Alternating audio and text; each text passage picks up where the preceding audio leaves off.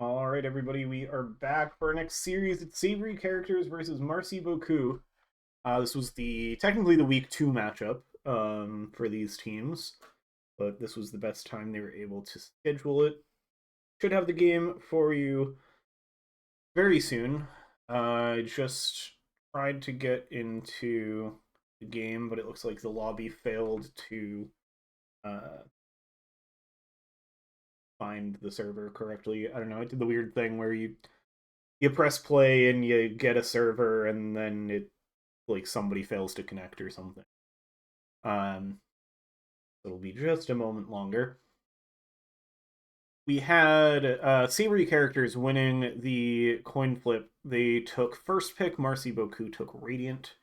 So we'll see how that affect situation. Similar to what Savoury Characters chose when they had priority last series. Saw them prioritize the Dawnbreaker, so wouldn't be surprised to see that happen again.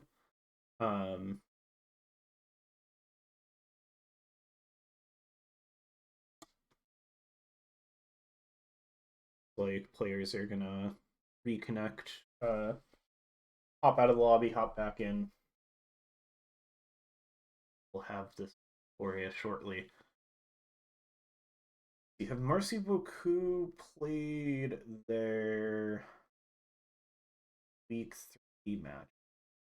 Let's go.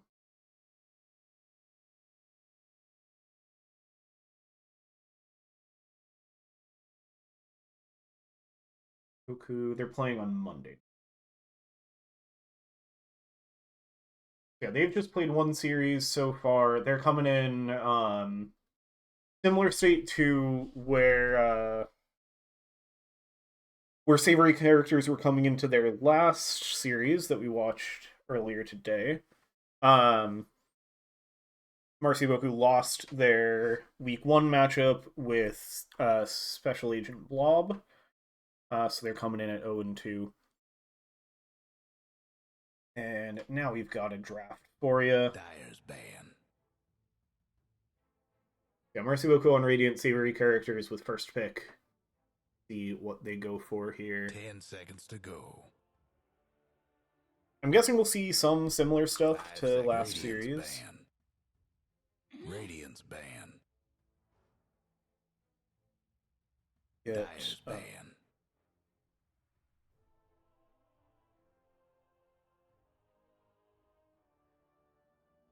10 seconds to go. Radiance ban. Marci Beaucoup, they're doing the ban all of Ophelia's heroes strat. 10 seconds to go. Flop, Wyvern, Lena, get one more in there. We didn't see the Arc Warden ban last series. I think Arc Warden's just been in a rough spot lately, so less of a threat that used to be one of Ophelia's. That was banned every single game days against Savoury Characters. Yeah, they do ban out the Nyx Assassin, so it looks like they are going to go for that first phase Dawnbreaker. Oh, they do still put respect on the name of the Arc Warden. So yeah, 4 Ophelia bans. I should also mention slightly different roster for Savoury Characters. Different players available for the second game. We've got Kung Pao Kenny stepping in, and then also Strilling filling in for them. Strilling normally plays on Special Agent Blob. They'll be subbing in for Savoury Characters.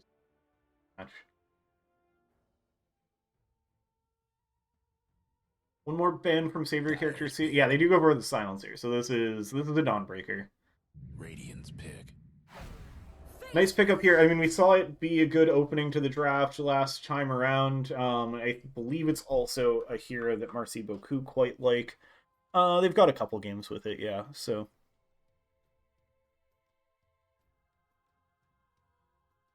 10 seconds to go. 5 seconds. Dyer's ban.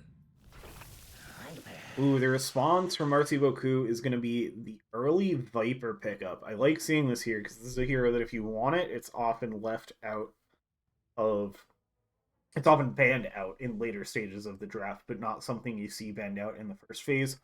Pretty 10 big seconds lane to dominating go. hero, has some flexibility between roles. 5 seconds. We even saw something as weird as it getting played in like a weird Dire's position 4 ban. role for a team. I don't think that's going to be common. I think that was them just trying something out. Dragon Knight gets banned out. That is one of Marci Beaucoux's favorite carries. Might see the Wraith King get taken away as well. Um, Also curious if this early Viper 10 pickup seconds to go. means there's some concern about like 5 break seconds. heroes to be considered, or here like heroes that you don't want broken, heroes that are reliant on their passives. Something like a Radiant's Spectre, ban. kind of out of the pool for Savoury characters. This opening Viper pick is a little bit like an opening AA pick, of just like it's the kind of hero that counters a lot of heroes, so it kind of narrows down the pool for the enemy draft. See the Lion get 10 banned seconds out. to go. That's one of 5 Marci seconds. Beaucoux's supports that they play a decent amount. They've got 3 games on it over the different leagues Radiant's they've played pick. in, which might just be this WLDL and last year's WLDL. And the rookie ban. Which we did just see, well, we saw Benj play it. I don't know if Savoury 10 characters seconds have to somebody who go. would play the support Ricky without Benj here. 5 seconds. And that is also a non-Ophelia ban, so Dire's pick. not all 7 bans being used for. They pick up the Clockwork. This is a hero that's been really strong. Just like one of the better supports in the meta right now, can be played 4 or 5. This could mean we're gonna see like an offlane Viper. I really like the Clockwork 10 Viper seconds to offlane go. duo. But also will slot 5 in just seconds. as well, kind of wherever you want to put it.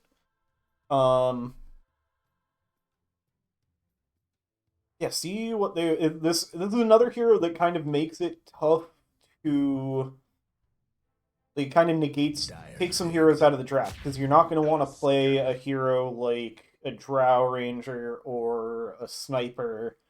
A lot of these like really dedicated backline cores are really tough to play into Clockwork. Also takes out heroes like Primal Beast, 10 potentially seconds to go. Earthshaker.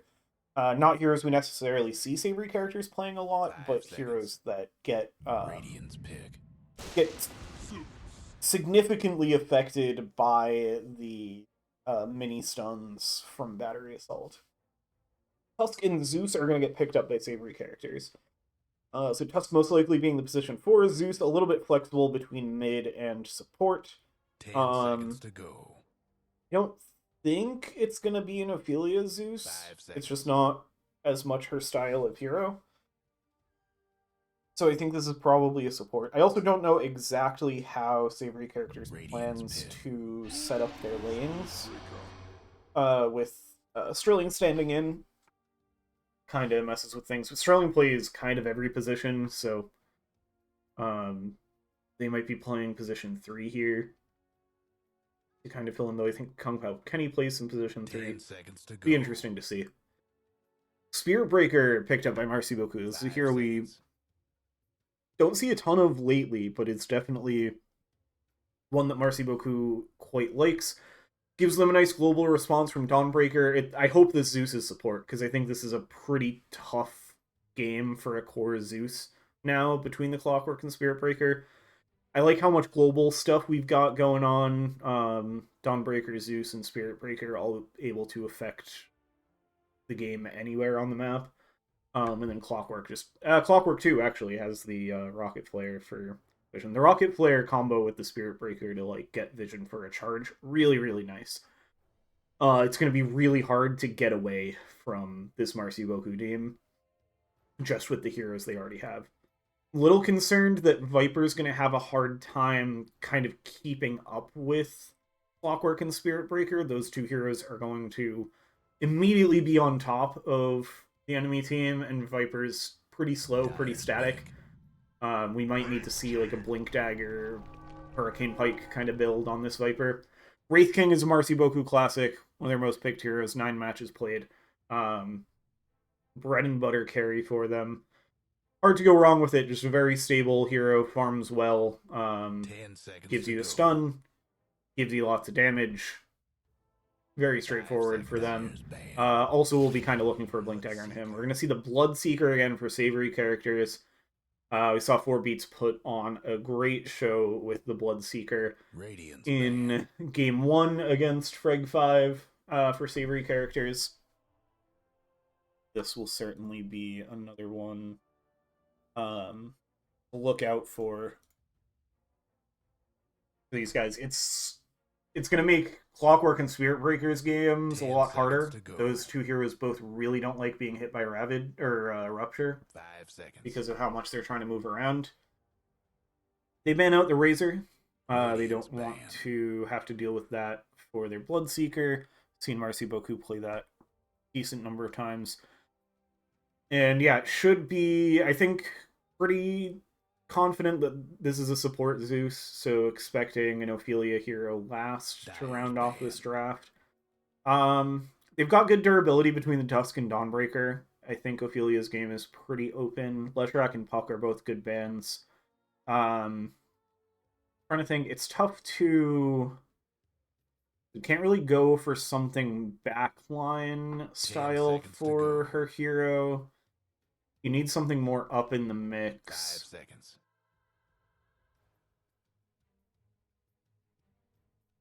Or, like, more mobile. The Leshrac and Puck are honestly quite good bans. Could see the Venge come back out. Oh, actually, yeah. Yeah, I really want to see the Vengeful Spirit here, because you get the swap combo with the Rupture.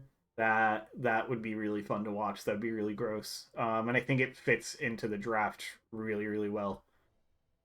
We also have the potential, if this Tusk gets an Ags early enough, we have the Rupture Kick, which is fun to see, too. Yeah, this draft is really coming together for Savoury characters in this game. I'm looking forward to it. And I think Marci Beaucou's draft is solid, too. If you just, like the Viper and Wraith King are very stable cores. They're not going to have much trouble in a lane. They're going to get their game going pretty quick. Radiant's pick. Marci banned out.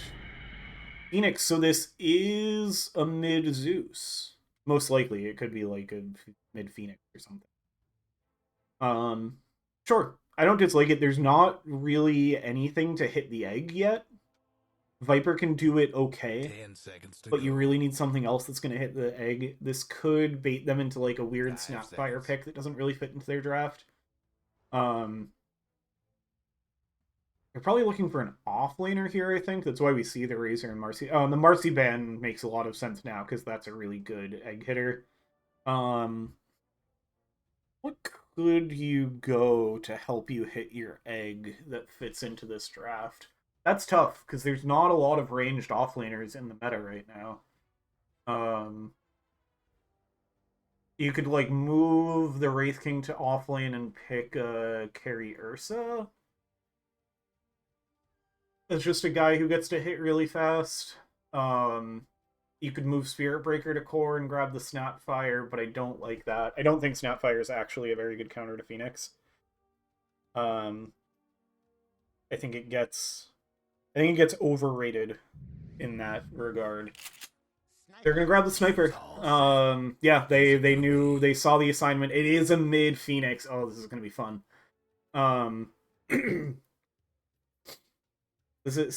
Phoenix is a funny hero to have your mid be able to play, because when it's a support hero that can be flexed between core and support, you typically want that early in the draft, but you really don't want to pick a Phoenix early in the draft. Even here we see the sniper coming out just in response to that last Phoenix, because they know they need something to deal with it. If you pick that Phoenix too early, everybody's going to have something to deal with it. Let's see, hats. We do have good hats. Nothing on the Clockwork, which is a little tough, but Otherwise, good stuff. I don't love that Spirit Breaker set either, but he does not have a lot of good sets. All of Viper sets are ugly. This one's fine. The Wraith King looks sick. The Sniper looks good. But overall, I think Savoury characters have the better hats here. It's Kung Pao Kenny's Dawnbreaker now instead of Pepperboy, but it's same set that Pepperboy was rocking. So almost 1-for-1 swap. I'm probably going to make the mistake and call Kung Pao Kenny Pepperboy at some point in this game. Because this is the third game in a row that Savoury characters are playing Dawnbreaker, and it's a different player now. And then Strilling slotting into the 4 position with the Tusk. I think that is one of their more played heroes, so that'll be a fun one to see. We're getting to our game 1. Yeah, hats, like I said, go to Savoury characters. As for the overall draft, a lot of your game is going to be dependent on this mid Phoenix and how well it does, and the Sniper is going to make that harder.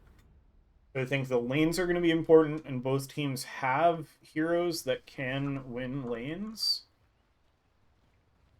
Better get ready. So it kind of comes down to the execution, which is a cop-out, but I think both teams just have pretty good drafts at the end of the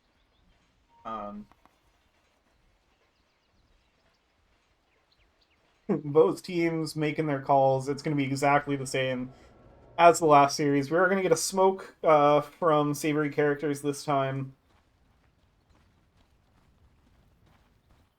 But that smoke's not going to do anything because nobody from Marci Beaucoup is up here. Yeah, this is a lot of tanky heroes from Marci Beaucoup. That is correct, Parma. A lot of frontline. They're like the Phoenix is kind of your only. I mean, Bloodseeker can get on a sniper as well. Savoury characters are going to sneak their way back over into their own jungle. Strilling is going to be the one scouting it out. The smoke times out, I believe. Strilling's going to get the wrap around behind Cephalord. Has the ice shards to be able to lock them in. Talismanic's there. Kind of set up. They threw down the blood right. Looks like Marci Beaucoup will be able to maintain control of this high ground. Strilling now in a little bit of a tough spot. Raiden has the cogs to keep the Tusk locked in. Shrapnel's going to come out from Greg Polino's Great Uncle Bailey, and the First Blood will be found. We saw First Blood live! We saw First Blood live today. We did it. They gave us a rune fight. I am not a complete failure in my observing. Interesting. So this is an off-lane Viper, but then they're not laning the Clockwork with it. They're putting Raiden on the position 5 Clockwork, laning with the Wraith King Talismanic. So 4 melee heroes in the bot lane means this is going to be pretty brawly. Both of these supports like to get in the action right away, as do the cores, honestly. We have skeletons or extra damage. We have skeletons. So much for the Radiant's Sterling picks off Talismanic's Courier. How Kenny gonna get in there? Have the Blood Grenade as well. Talismanic is gonna be okay for now. Getting low on those resources already. Only 1 Tango left in the Tango tank. Yeah, up here you got the Bloodseeker and Zeus. Really good vision tools for both teams, honestly. The way just these heroes interact with vision. You've got the Thirst, you've got the Lightning Bolt, you've got the Shrapnel, you've got the Dawnbreaker Innate, you've got the Rocket Flare. So many vision abilities. It's going to make these fights really cool, because it's going to be a lot about how you're positioned and how you can disrupt the enemy positioning. I'm going to see a lot of like Clockwork flying in onto Zeus. The Clockwork for controlling this Phoenix is going to be important. I think that's something that will come into play. As Ophelia getting off to a good start in this lane, 10-4 to 4-2, a very good start. The Shrapnels are coming out. It is a ghillie suit sniper, so the Shrapnels aren't quite as threatening as they could be. Because compared to the, I forget what the other facet's called, but the extra damage, shorter duration shrapnel. It's pretty big. We've got the Lightning Bolt to interrupt the Cephalord's charge. Now the Spirit Breaker getting a little drawn out of position here. Uh-oh. That may have been a mistake. Ophelia with the toxic voice lines here against Dragpolino's Great Uncle. Okay. Flip side, Talismanic is getting a bit better out of this lane over Kung Pao Kenny.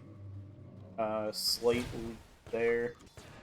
Fight for the Lotus. Raiden able to pick it up and trapping Sterling in here with the cogs and the battery assault. Talismanic trying to come over to help, kicks the cog over, but it's one that had already connected. We miss a kill up top, so we'll keep watching down here. Kung Pao Kenny in with the Celestial Hammer. But it looks like Raiden's going to be able to back away. All four of these heroes are also pretty durable, so it does make the brawls in this lane tougher. At the top, it was 4 Fates going down. Just a charge. Charge on the Zeus, probably going to be a recurring theme in this game. Plenty of damage from the Viper to assist. I'd say assist, but the Viper was the one who got the kill, as I think.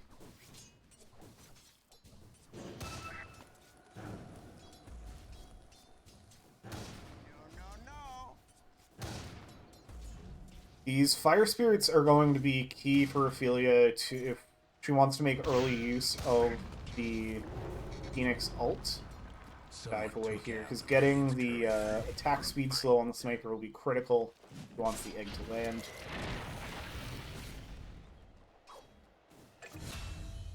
That's another kill up top. I should be watching up here. Raiden makes the rotation up here. Gets the kill on 4 beats. That's a big one to pick up early, and it's 3-0 now for Marci Beaucoup.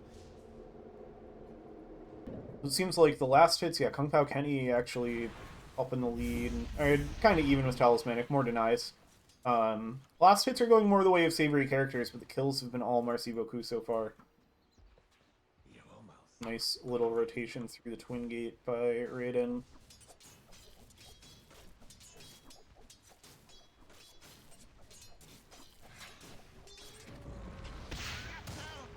Mid lane, Ophelia getting hit by Shrapnel after Shrapnel. Dragpolino's Great Uncle Bailey a little low as well, though.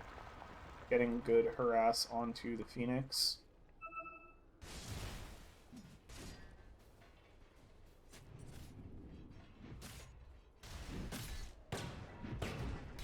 Raiden contesting the D-ward. Sterling does manage to get all of those down, but is going to get trapped in the cogs.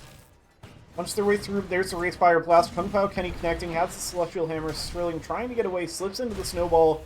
Talismanic staying deep, staying on top, though. Nice Starbreaker from Kung Pao Kenny is going to give Sterling the space they need. Back away. And escape. Got some supports making rotations over towards the mid lane. Cephalord may be looking for a charge here. Ophelia is sitting pretty low. The Cephalord is only on about half health as well. Cephalord is going to steal the Invis rune here. It is going to further set something up. Yeah, pinging it out. Wants to go for the charge on Ophelia. Level 3 Spirit Breaker, but that's all you kind of need as long as Dragpolino's Great Uncle Bailey is set up. Let's have Supernova available. Fire Spirits. Trade of kills. I'm missing all the kills. I keep thinking that kills are going to happen in one place, and they happen somewhere else. Raiden and Sterling swapping places. Mid lane. Ophelia gets on top of Dragpolino's Great Uncle Bailey with the Supernova. Cephalord not able to get something going now. 4 Fates. Oh, I think that was a TP that immediately got cancelled by the Lightning Bolt. Double kill for Ophelia. And just like that, this Phoenix is looking very, very scary for Savoury characters. Wisdom Rune spawning, Raiden on top of it. A nice grab. Steals the Dire Wisdom Rune.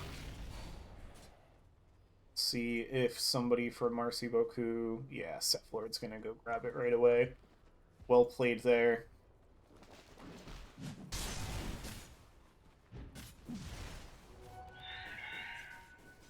Ophelia's going to make the rotation down bot, looking to stay active and involved in this game. Talismanic backed up under the tower, scrounging up some farm.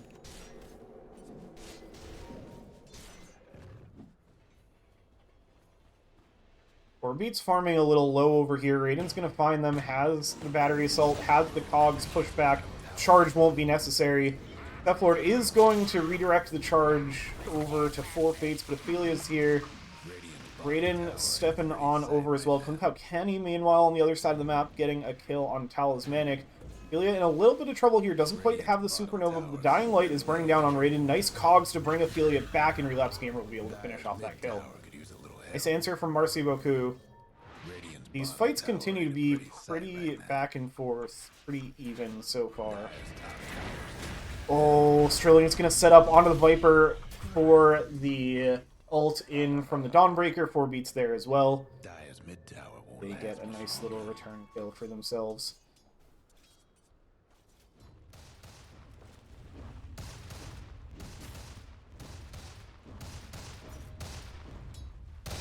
So I'm going to cover the mid lane for the meantime while Ophelia comes back up.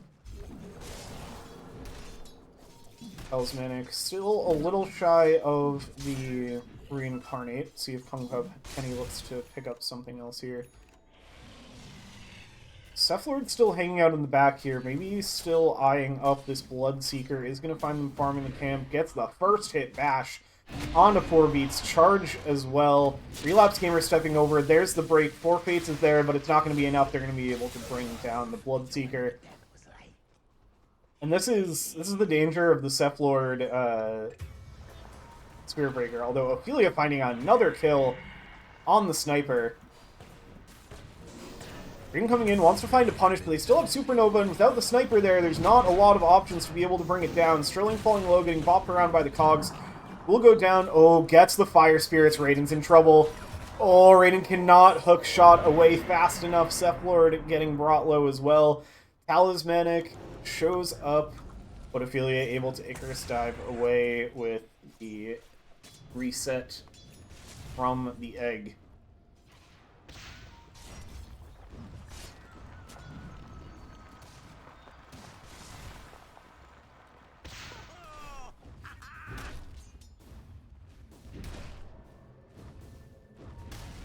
No breaking down the Radiant structures like this.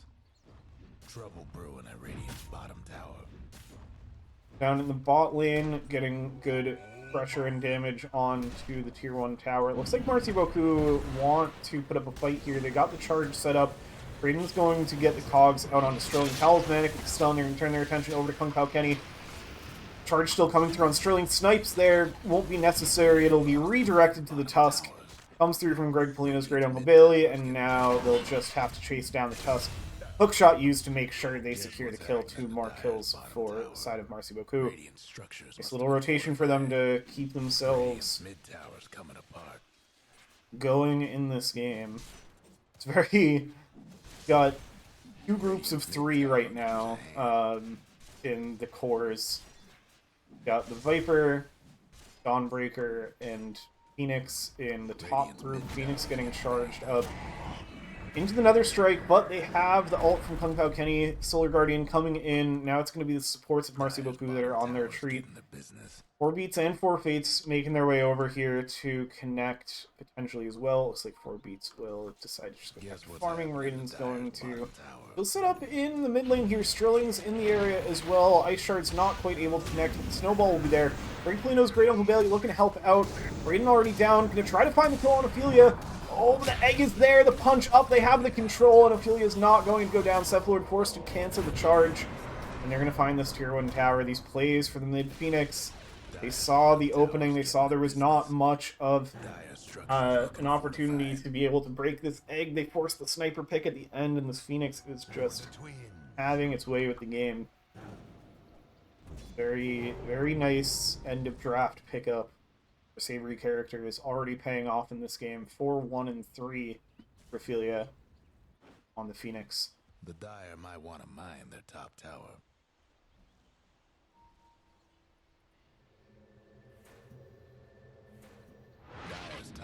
tower's getting beat down. Got it. Dire's lost the top tower. Talismanic, with the help of a sizable creep wave, will bring down the top tier 1 tower, and Raiden looking out in the back. Forfate's sitting a little bit low. No hookshot available. Over in the mid lane, they're going to find these kills are happening everywhere that I'm not looking. Greg Polino's Great Uncle Bailey gets a nice return kill on Ophelia after this Phoenix has been a bit of a menace. No Supernova available this time. Yeah, Assassinate. Finishing off that kill set up by the charge and the Viper Strike. Difficulties.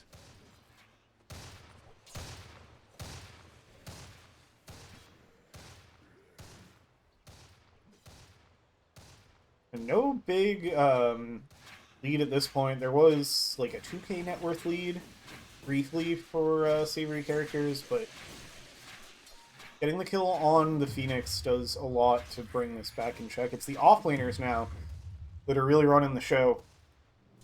Get things started. Talismanic scouting out 4-Beat's going to throw out the stun. Hookshot connects from Raiden.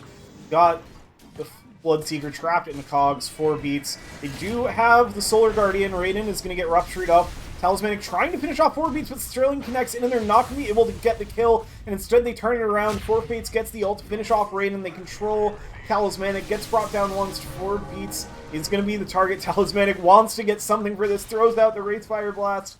Trying to chase down one Soul Skeleton Soldier. Trying to help Talismanic make this happen. They finish off the Wraith King. And not going to be able to stick on to 4-Beats. So they get punished.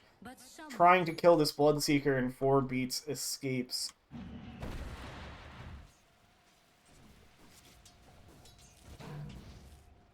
Got Spirit Vessel finished on the Phoenix.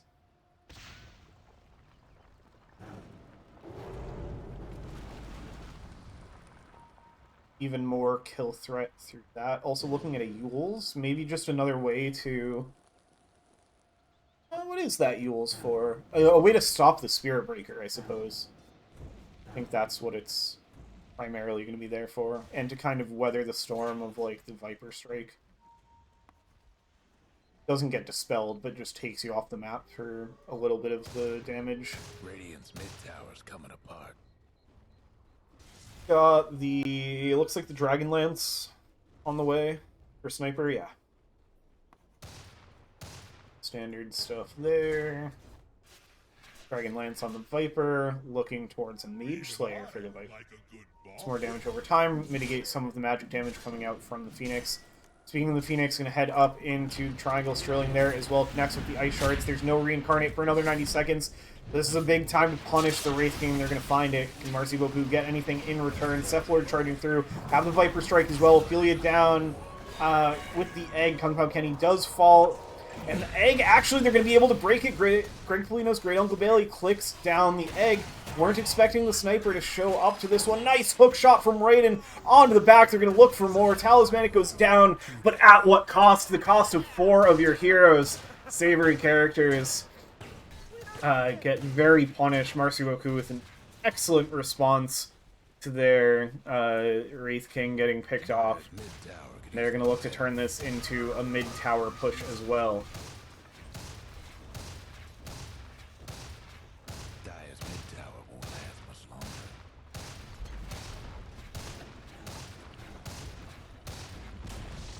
Hope the Dire weren't partial to that mid tower. Get Cephalord charging out onto 4-Beats. See if somebody's able to connect with this. The Blood Wraith's going to make this a little scary, and yeah, using the bonus speed from the Bull Rush facet is just going to get on out of there. Still maybe looking for something here. Raiden and 4-Fate's potentially going to clash. Just throw out the Lightning Bolt to get a little vision up the high ground.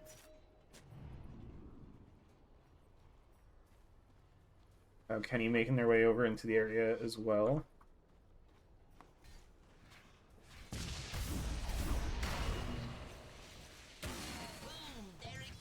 The Ops Gamer out in front here is both teams really gathering around this bottom lane. Everybody but the carries. Potentially setting up for a 4v4 fight, but it looks like Savoury characters are going to clear out, go get some of these waves pushing in a little more. We've been doing a good job throughout this series, kind of keeping control of the waves to keep control of the map, as Cephalord was charging Ophelia, but they end up finding Strilling instead. On a warding mission, they bring down the Tusk. Smoke up for Marci Beaucoup now. They're going to go out as 3, see who they can find. Kung Pao Kenny would be the best target. Always want to try to pick off the Dawnbreaker alone when you can, but it looks like their sights are more set on the Phoenix.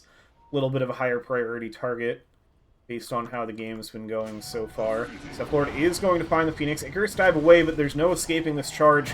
Another strike back, does have the Supernova available, has the attack slow, knows Raiden is coming in, Relapse Gamer as well. They get the control, they aren't able to stop the egg from going off. Raiden's the first one to fall, and now the stun up from Kung Pao Kenny means Relapse Gamer is going to get fully controlled, unable to stop the egg, and now they're looking for more Greg Polino's Great Uncle Bailey looking to connect with the fight, but it's a little too late.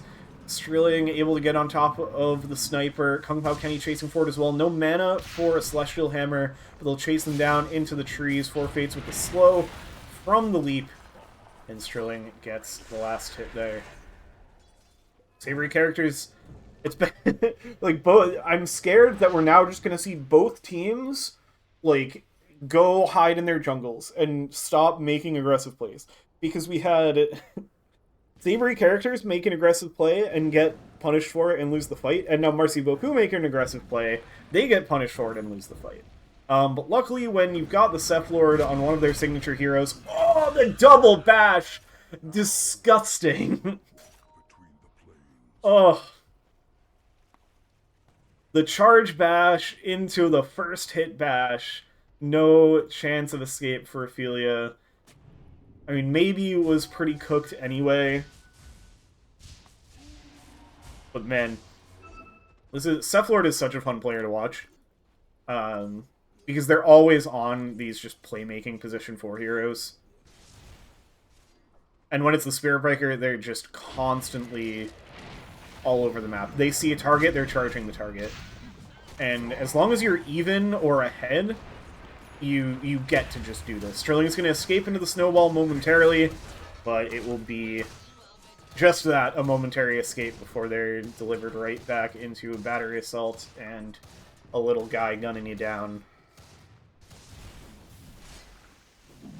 Talismanic has the armlet, getting closer to that Radiance to accelerate the farm, and then yeah, eventually we'll have that Blink Dagger. Mage Slayer finished on Relapse Gamer. 4beats has the Radiance up on the Bloodseeker, potentially looking to try to defend this tower. But you're going to need quite a few heroes if you want to do so. They've got the Yules finished on Phoenix. Like Relapse Gamer stepping forward, 4beats does have the Rupture out on to Relapse Gamer though. Punch up, now connecting from Kung Pao Kenny with the Solar Guardian, and they're potentially going to look for more. Talismanic getting spotted under the tower. Ophelia moving forward with the laser beam, dives out, gets the slow, pops the egg. Talismanic is right there, but has the attack slow and is going to respawn after the egg lands, so doesn't get re-stunned up. Greg Polino's Great Uncle Bailey now, though, left out in the middle of Savoury characters and will be the one to fall.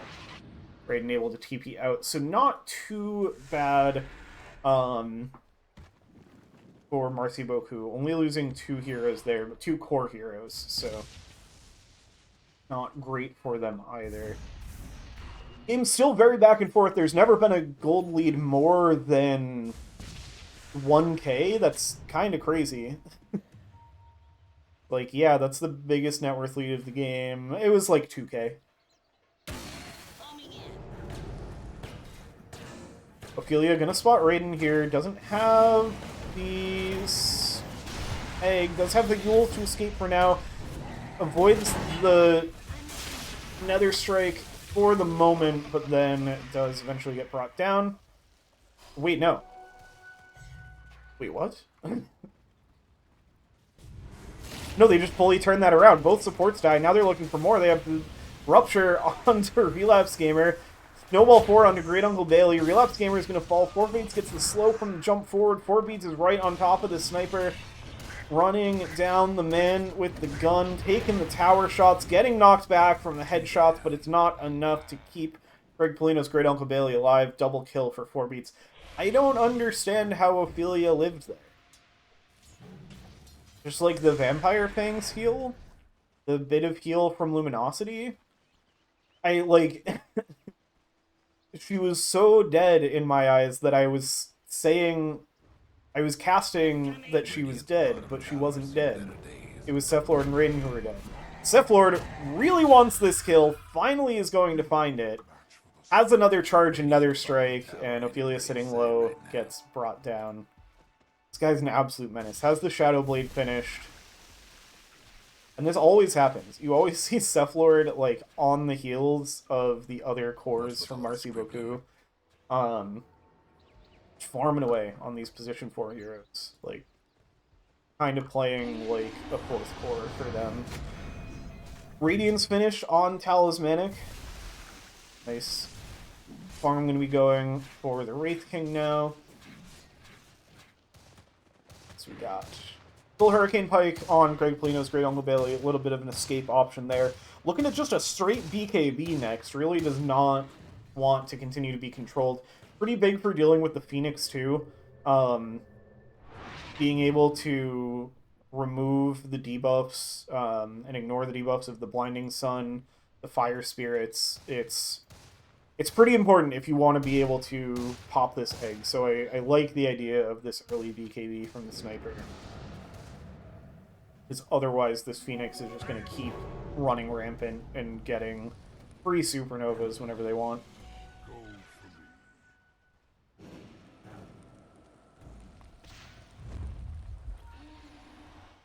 Smoke up. Oh, this is going to be interesting, because the charge from the Spirit Breaker is going to go through the smoke. They cancel the charge, but does have a haste rune on Cephlord, so he's going to be able to escape away. Marci Beaucoup still kind of playing in this area, scouting it out with the Rocket Flare.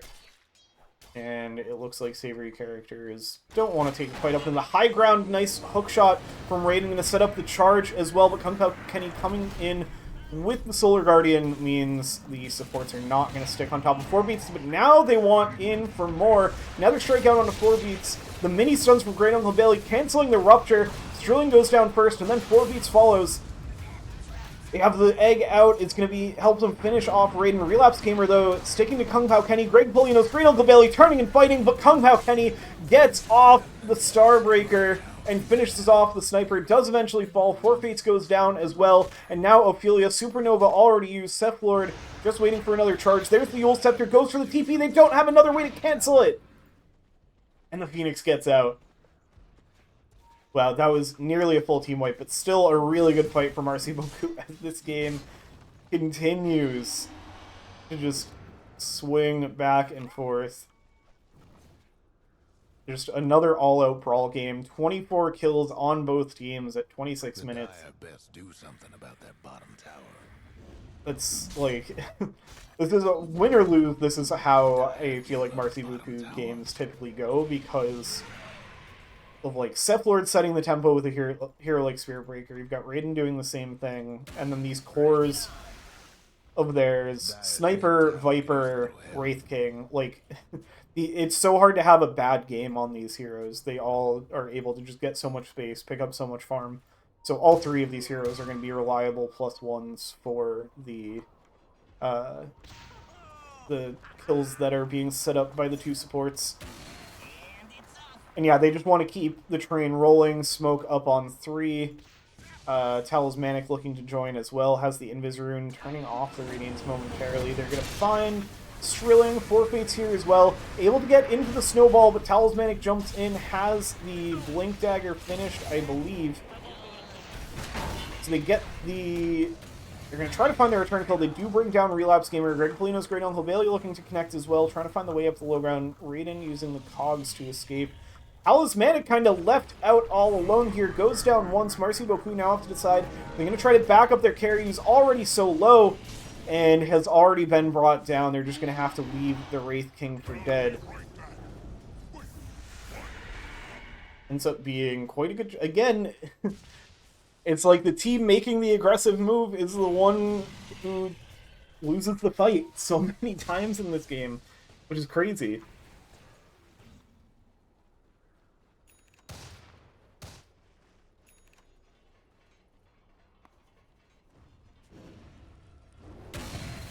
A 1.5k swing there for Savoury characters. A lot of this going to 4 beats.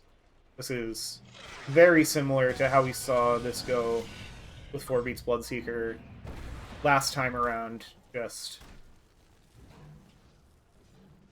like getting all the space they need, getting involved in kills once they have Radiance BKB.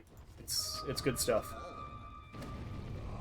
Savoury characters, they're going to set up on this bottom tier 2 now. Side of Marci Beaucoup, they're going to go for their Tormentor, get that jetpack for the Clockwork, a little extra mobility, a little extra scouting ability.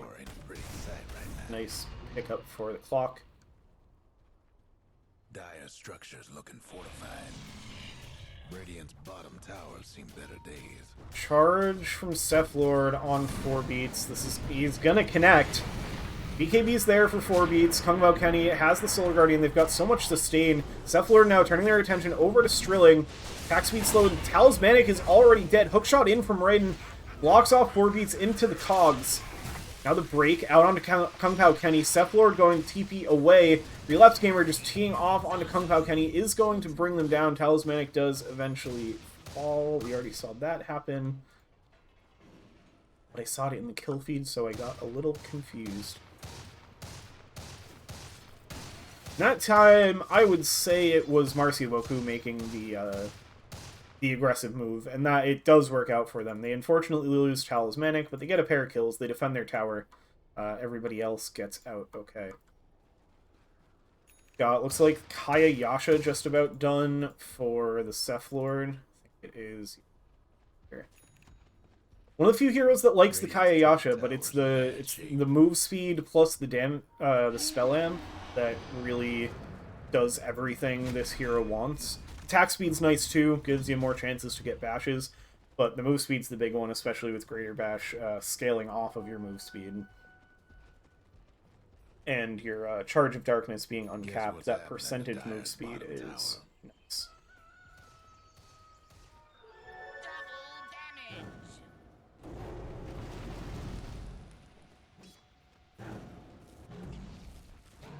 Got the Veil of Discord done on Ophelia, working on the Shiva's Guard, getting kind of close to it. This item's so expensive now, after it was super meta for a while.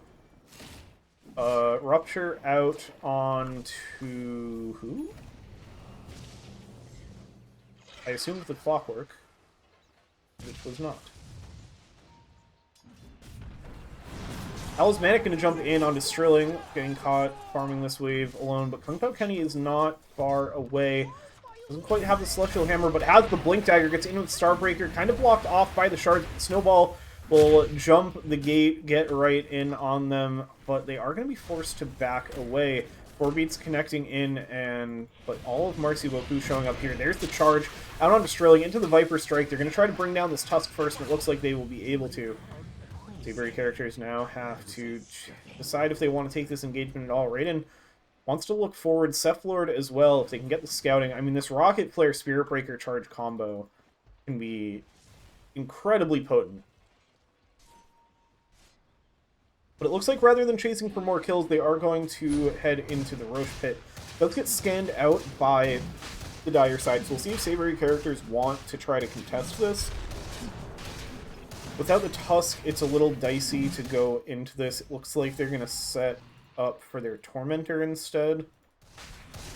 I'm a little surprised they're giving up this Roche. This is such a close and even game that I could have imagined them taking it. A little disagreement over who's going to take the Aegis. I think they were expecting Talismanic to take it. But it'll end up going to Relapse Gamer.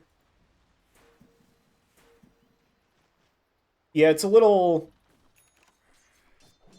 awkward of an Aegis, because it's not amazing on any of your heroes, and normally you just give it to the carry, but when your carry's a Wraith King, it doesn't really need that extra life. Rather have two PKB on Clockwork already is pretty crazy. Charge and blink in from Talismanic into the hook shot, and that's going to be a quick kill on Kung Pao Kenny. Very nice pickup for Marci Beaucoup. And who else have they caught? Strilling over on the back. Another strike out. Gonna wait for the snowball to finish up. Nice blink away. No way. That's an incredible escape. They're trying to find the Tusk, but the Tusk is gone. They're gonna go push up that top wave instead. Keep playing around the power of this Aegis. The more they get these pickups, the harder it is for Savoury characters to like resist what they're going for. We're gonna get Blink forward from Strilling, but now charged up. Four Fates is nearby, but there's not much else from Savoury characters. We'll get into the snowball. There's no way Strilling can pull this off again. BKB from Greg Polino's Great Uncle Billy. It's going to get ruptured off. Seth Lord trying to back away as well, but they actually find two there. Both of them get brought down before they can get out. Now they're chasing for more. Lightning Bolt onto Relapse Gamer does have the Aegis, so this is... They have to find them twice. But the best chance is going to be now with the Solar Guardian coming in. They know the Sniper's not here. They know they can't bring down the egg. So the egg's going to pop. The Viper is going to respawn in the middle of all of these heroes. Talismanic looking to help out as well, but the Relapse Gamer is already dead. And now you're dead for the first time. You're going to respawn inside the middle of four heroes. 4beats has the Ags. The damage is massive from everybody, and Talismanic goes down as well, and now we have perhaps the biggest lead we've seen of the game. Yeah, it kind of tied for this one at 4K. Tips coming out for 4beats, who, yeah, this Bloodseeker is looking like a hero that you cannot let Savoury characters have, because this is 2 games today where 4beats is just putting on a clinic. A blood clinic, and it's your blood that is being taken, and there's not much of a concern for giving you a little snack or a nap afterwards. They're going to look to set up on 4beats. This would be a really big pickoff if they can find it, but Kung Pao Kenny is in on top of the Sniper. Cephlord's incredibly low as well, silenced up, so doesn't have the charge available. 4beats is going to go down. They get the return kill on the Cephlord, but Ophelia doesn't have a Supernova. Trying to escape, has the attack speed slow, but the Snipe is going to finish it off. Raiden does fall eventually to the burn damage from the Dying Light and everything else as well. But those are 2 big pickoffs for the side of Marci Beaucoup.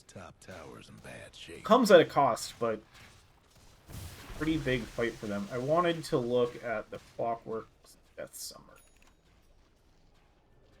Yeah, a lot of damage from the Phoenix. Oh, the Cloak of Flames on the Phoenix as well. Disgusting. How much? Yeah. This Dying Light damage adds up. Especially when it's a hero that you're very close to killing. Yeah, the Cloak of Flames. Does that... Phoenix ability debuffs apply? Okay, so that doesn't include...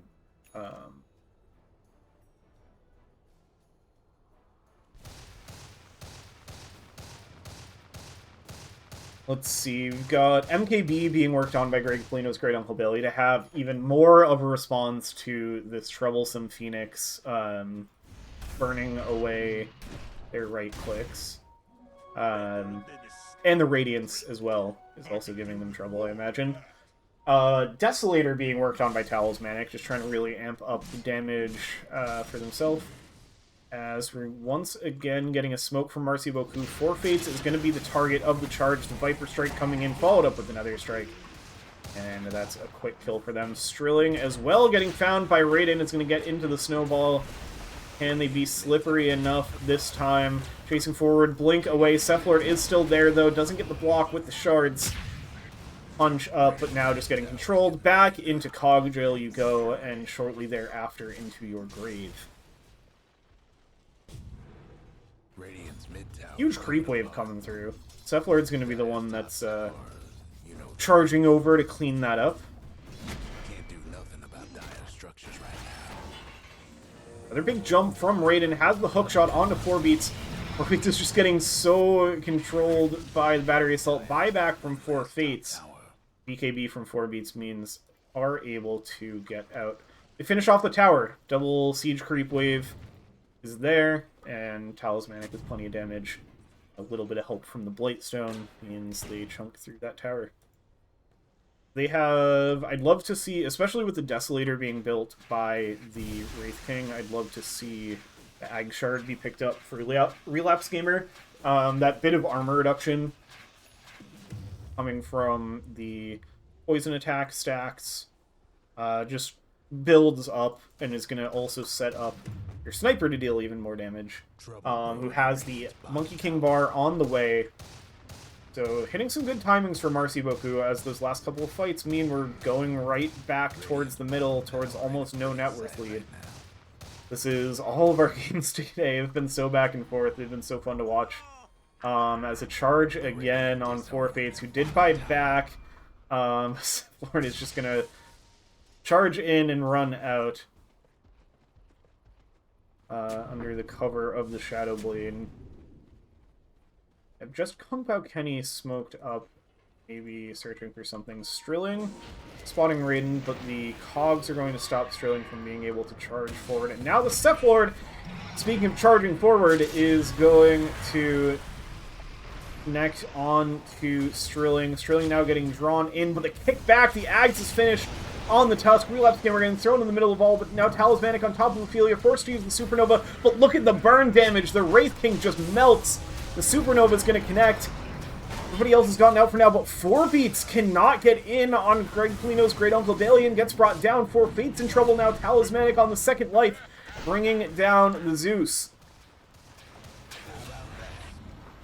Strilling goes for the TP wave, but gets brought down by Relapse Gamer. Now this is one of the biggest leads that we've seen on the Marci Beaucoup side. It swings back the other way. All of these fights are so chaotic every time. Cephalord. Cephalord. Just anytime. Anytime Cephalord has an enemy hero on their screen, that hero is being charged.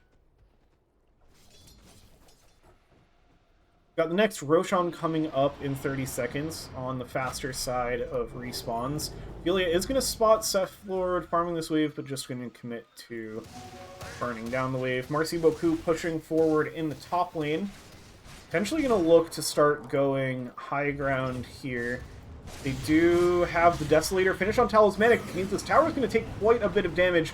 Getting the burn onto Talismanic means the attack speed slow and the blind is stacking up, and Talismanic is getting burned down, but Cephalord connects in through all of them, trying to set up on Ophelia. They have the control, deny the Supernova. Kick back onto Cephalord from Strilling into the cogs, though.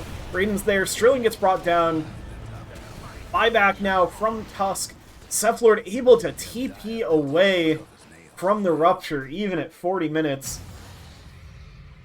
Greg Polino's Great Uncle Bailey going to go for the BKB TP. They do not have a way to stop that. They might have with the Walrus Punch, but could not quite get there in time to stop it. Cephalord, you can't possibly complete this charge. Okay. Whew.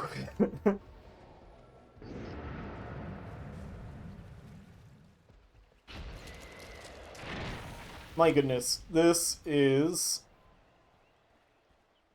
absolute madness. I mean, Marci Beaucoup pulling into a bit more of a lead now.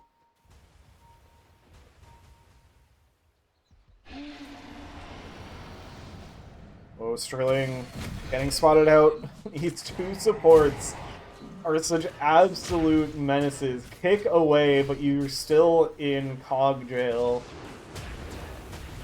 Zeus Ags is going to be there the blink away out of the snowball, but they have the vision. They have multiple ways to stop that. Shards are not quite in the position you need to be able to escape, and Sterling does get brought down.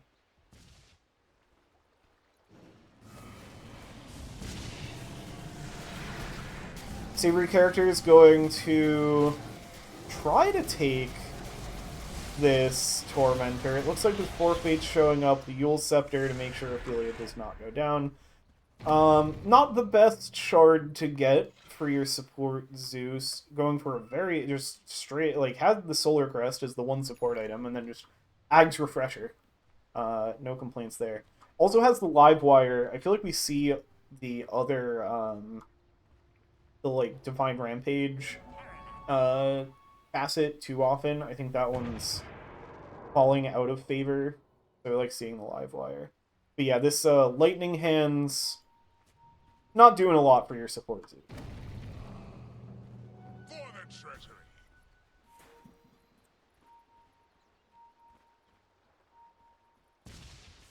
Raiden sees them under the vision, has the cogs, both popping the BKB. Kung Pao Kenny gonna get in on the cogs with the Solar Guardian. Raiden looking for the BKB Jetpack TP away. Relapse Gamer is there though, throws out the Viper Strike, gets the break out onto the Bloodseeker, and Talismanic's there with enough damage to bring down 4-beat Cephalor. Now going to charge through. Ophelia's in with the Supernova, but they have the right clicks this time. They don't have enough to stop it, even with the laser from the Shard. You're going to find 2 kills, and Forfeit's going to fall as well. Snipe comes through from Greg Polino's Great Uncle Bailey, and Marci Beaucoup find 4 kills at the cost of 0 heroes. That is incredible. That whole thing started with what looked like Raiden getting picked off, and then, or Raiden, like, going in for a solo engagement, and then ends up just having to BKB TP away. I mean, Marci Beaucoup is playing these team fights pretty incredibly. And this is kind of what I was saying when we were talking about the final drafts. It's like both of these teams, I think, have drafts that could win this game, and that's why this game was so close for so long. But Marci Beaucoup have been the ones executing in these fights. This support duo of Cephalor and Raiden just making it so hard for Savoury characters to play these fights. And now they do have the Ag Shard on Viper, they have the Desolator on Wraith King, and look at these buildings disappear. Marci Beaucoup doing a magic trick to the Savoury character's base. And their base is not going to pop up from behind a curtain or be pulled out of a hat. It is just gone, and it's the whole thing. It's the whole base. It's all 3 lanes in a single push off of one fight. Relapse Gamer is going to get punched out of the BKB TP, gets kicked back out of the base. Forfeit's going to look to follow it up, and is going to find the kill, but they got Megas. Have the Rupture, but able to survive it. Now going to come in, and they are going to finish off Cephalor, so they lose 2. Savoury characters answered back with a pair of kills, but again, it's Mega Creeps. It was nothing, and then it was Mega Creeps. This base push from the armor reduction it just evaporated their base.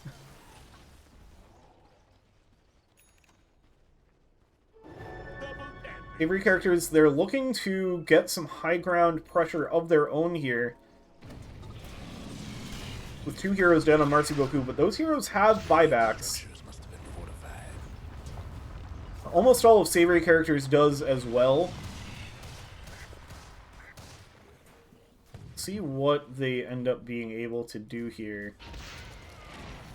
Strilling getting shot down from the high ground, going to be forced to go into the snowball. Ophelia potentially scouting up with the Icarus dive. Makes their way back down.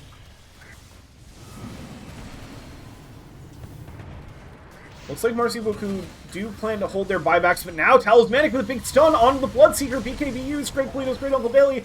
Hookshot goes wide. Kung Pao Kenny trying to finish off the sniper, but he's back up to full. 4 beats is so low. Kick back, though. Finishes off Talismanic. Now the egg, Strilling getting low. There's the buyback from the Viper. Talismanic is going to go down a second time. Viper Strike and the control from Talismanic. One last Wraithfire Blast before their spirit goes on to the next world, and that does mean they get their return kill on Kung Pao Kenny. Marci Beaucoup, they know... I guess they know there's no buyback on Strilling if they're really paying attention, but they know they're at an advantage here, and my Cephalor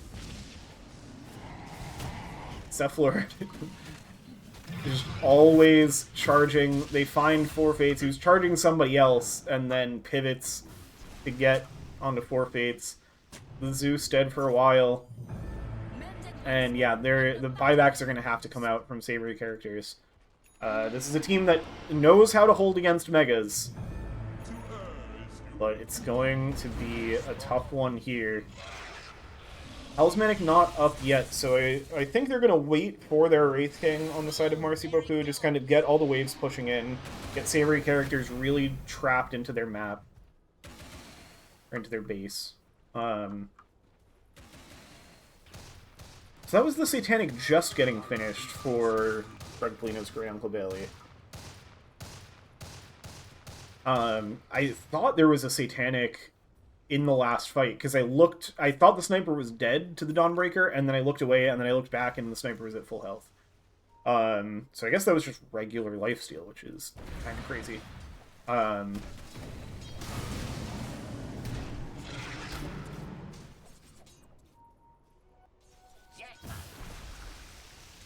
Oh, Scotty finished on Viper is gonna be troublesome. Ag's done on Raiden just means everything this Clockwork has been doing is going to get amplified. Coming in. Scan saw the Viper, but the Viper is TPing out. Marci Beaucoup are going to head up into Roche. Forfate's going to be the one left to take care of the base. It looks like the rest of Savoury characters will as well. So this will be free Roshan for the side of Marci Beaucoup. They'll put the Aegis on the sniper. Pick up a Roshan's banner for Relapse Gamer. That's going to make taking tier 4s just a bit easier. Raiden getting chased out, Cephalor does cancel that charge. Yeah, the Wind Waker we saw at the end of that high ground defense after the Megas were taken. Just another save. Strilling blinks into 3. Snowball, but they get the Rupture kick. That's a great pick target. They're trying to set up on Greg Polino's Great Uncle Bailey. Still has the Satanic, but doesn't get a chance to use it. That's going to be the first life gone. We'll have it for the second life. Talismanic in on top of Ophelia, trying to bring down the Phoenix, but gets the Supernova off, but there's not enough control of the attacks. They click down the egg. Greg Polino's Great Uncle Bailey still so far into the backlines. Kicked back again. Snowball back. Support's controlling it up. 4 beats buys back. Gets on top of the sniper, and they bring down Greg Polino's Great Uncle Bailey. Talismanic can go down as well. Relapse Gamer getting in on the action, though. 4 beats is getting brought so low. That's the Bloodseeker dead with no buyback. Greg Polino's Great Uncle Bailey buys back as well. They know that this is their opportunity to close out the game. Strilling's going to go down as well. Four Fates is the only one left standing and has to try to defend against 4. And they're going to hookshot in. Relapse Gamer teeing off onto 4 Fates, raining in the Viper Strike damage. The snipe comes out, and that's going to be the game. GG is called. Marci Beaucoup take game 1.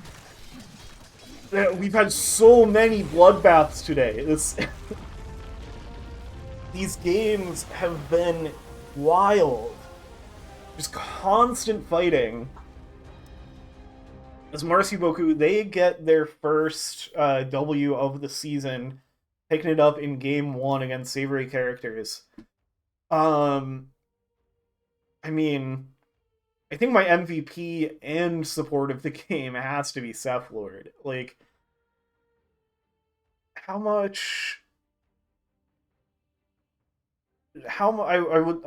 the, like, debuff duration stat. Like, I want something that measures the impact that this Spirit Breaker had.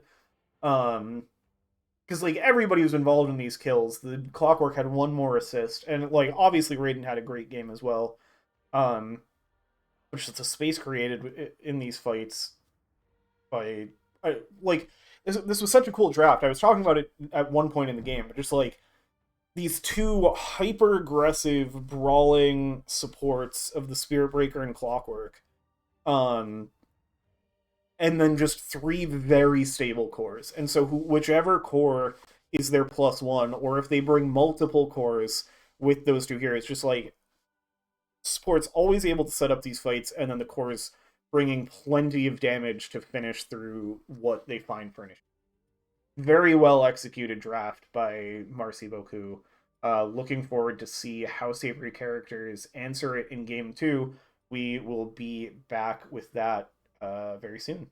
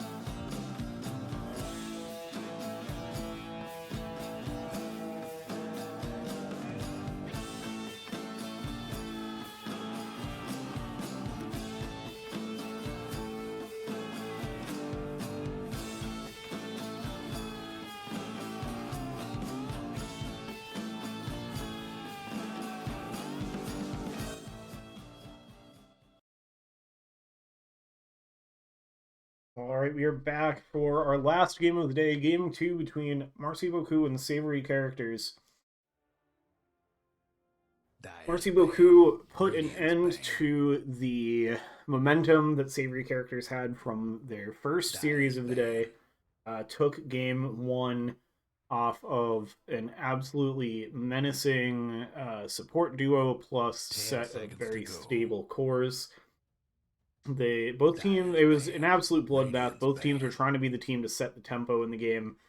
And in the end, it was Marci Beaucoup that really drove it home. Spirit Breaker and Viper getting banned out. That was their offlane duo. 5 seconds.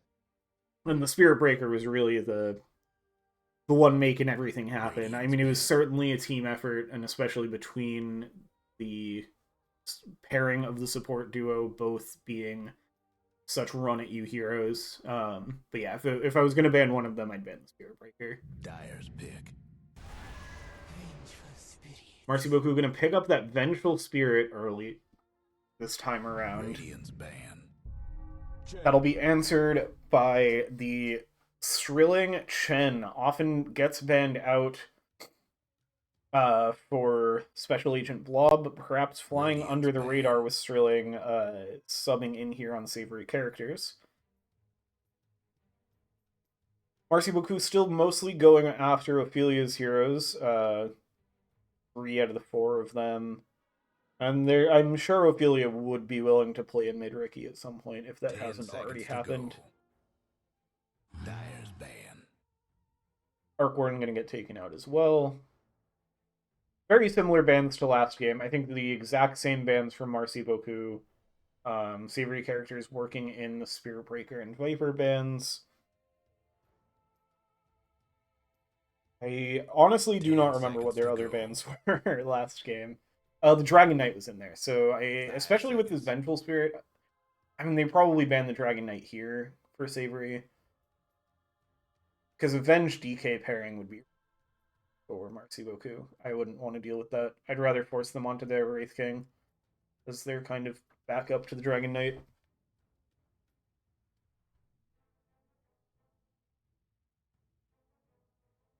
But maybe they'd rather take out the Clockwork.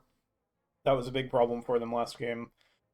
And the Sniper, like Greg Polino's Great Uncle Bailey, level 30 Sniper. It is going to be the Clockwork that gets taken out. Also interesting kind of switch up in the drafting meta that we saw. Marci Beaucoup had priority for their selection, they 10 took the seconds to Radiant go. side. They let Savoury characters have their choice of pick order. Savoury characters 5 took seconds. last pick overall. They've been taking first pick throughout the day, so maybe looking to get in with some other kind of hero Radiant's pick. this time around. It's gonna be 4 straight games of Dawnbreaker. I'm glad they've switched offlaners between the 2 games, because if this was just Kung Pao Kenny, or how am I drawing a blank on their other offlaner's name? If it was the same person playing Dawnbreaker in all 4 games, I would not want to be that Dawnbreaker player. It's a good hero, it's a fun hero to play, but tough to play it that many times in a row. The Pudge, this is a Seth Lord Pudge. When the Spirit Breaker gets banned out, we often see Seth Lord break out the Pudge. Very good on the Pudge, similar to the Spirit Breaker, just a terrifying playmaking hero. Does have to be a little careful with what I'm guessing is a support pairing with the Vengeful Spirit. You got to be careful about what aggressive swaps you go for. And the Dragon Knight's left in the pool, so they do take their Dragon Knight, which worries me for Savoury characters, because Dragon Knight's kind of just a straight better carry than Wraith King is, and the Wraith King looked good in game 1. So this is going to be tough for Savoury characters to draft into. I'm curious what they've got. I mean, the Chen is a big X factor for them. They're going to go for the Phantom Assassin, presumably for 4 beats, but could also get flexed to mid. I know Ophelia plays it quite a bit. What else they look to pick up here? I think Phantom Assassin has been considered kind of the go-to answer for the Dragon Knight, as 5 seconds. Kind of a later game carry, one that can duck in and out of the fights. Doesn't have to be kind of grouped up with all of the rest of the team and get hit by the splash damage from the Dragon Knight.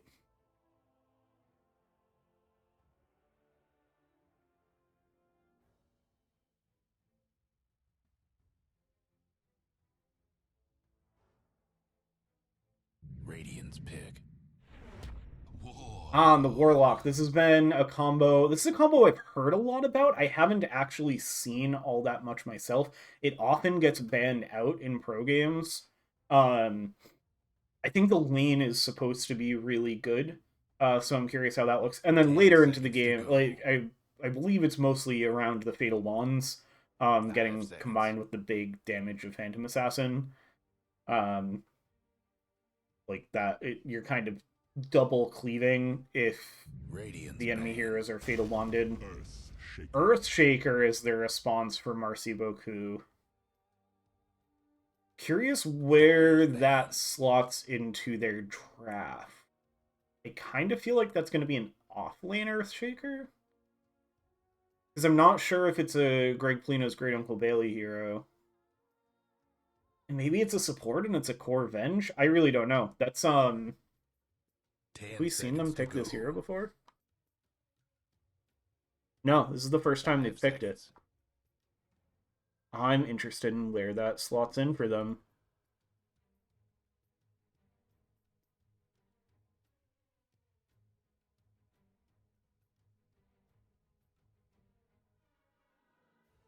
I guess it's a little obvious, now that I think about it, that you go for the Earthshaker to deal with the Chen creeps.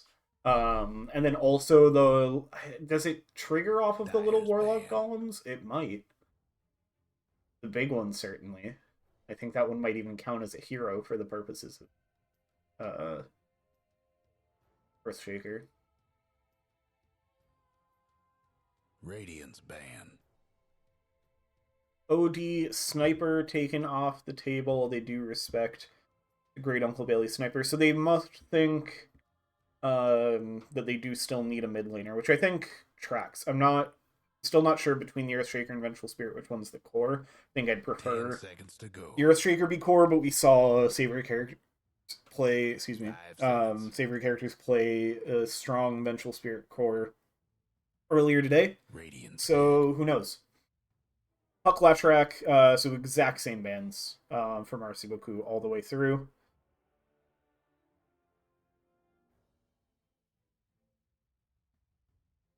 Yeah, I feel more confident that the PA is carry for Savoury characters 10 seconds to go. the um 5 seconds. because they have the Warlock, and that's just like a very popular combo right now.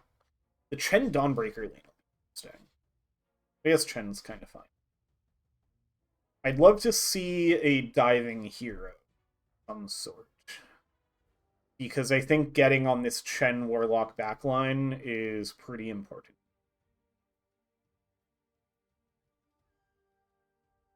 And assuming it is, like, I could see Savoury characters going for a backline hero for Ophelia as well.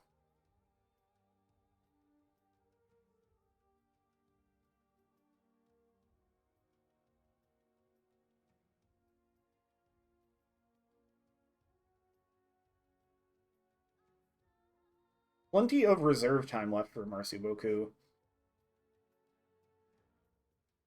Yeah, I'm curious, what does Greg Polino's Great Uncle Daily play?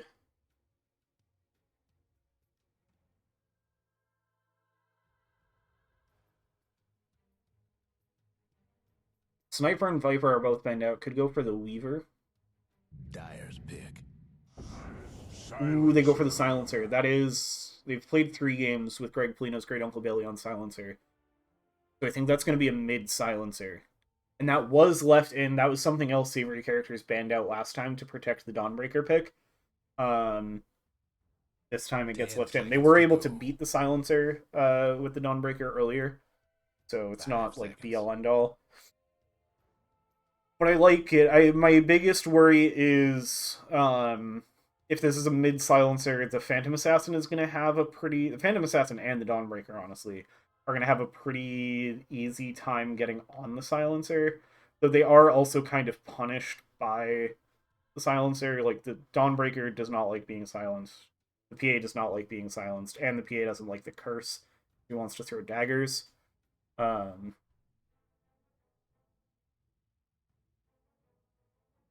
Yeah, that's curious to see how that is going to play out. Early Hurricane Pike will be huge for the Silencer. And our last overall pick is going to be a tiny. I think that will be a mid-tiny. Sure is. This set for Chen is so sick. I know we haven't seen everybody lock in yet. But these are all good sets. For the PA Arcana, I got the Christmas Tiny. Great Silencer set. It's like the bird one. Hate this Pudge set. It's really good. You got the full Arcana for Relapse Gamer. It's a cool Earthshaker set. I think this is a Dota Plus one, but you like never see this one. This is really cool. Dragon Knight set I'm not in love with, but it's good.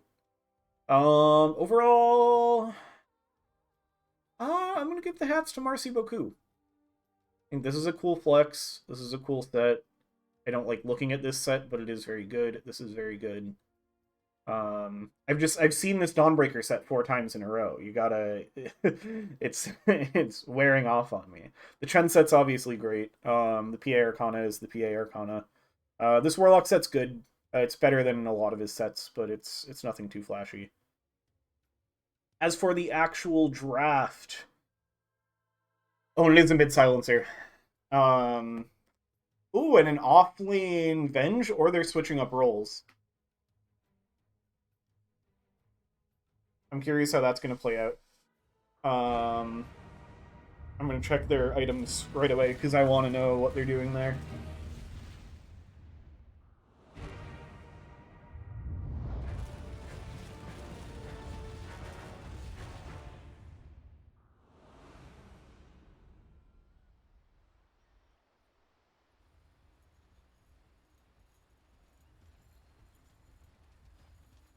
Places, everyone. That looks like a core Venge. That looks like a support Earthshaker. That's gonna be fun. Get another core Venge today. Get 4 Dawnbreaker games, and 2 core Venge games. And also core Silencer. showing up to lane with just a set of tangos to try to get that super early bottle. Yeah, these drafts, this Dragon Knight for Talismanic is, I think, the biggest thing that scares me here. Also looking forward to seeing the Cephalord Pudge. I think not quite as scary as the Cephalord Spirit Breaker. 30 seconds to showtime.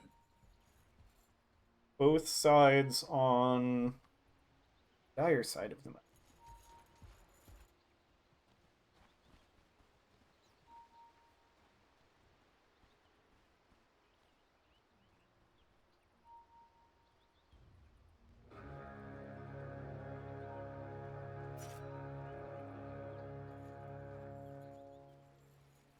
And away we go.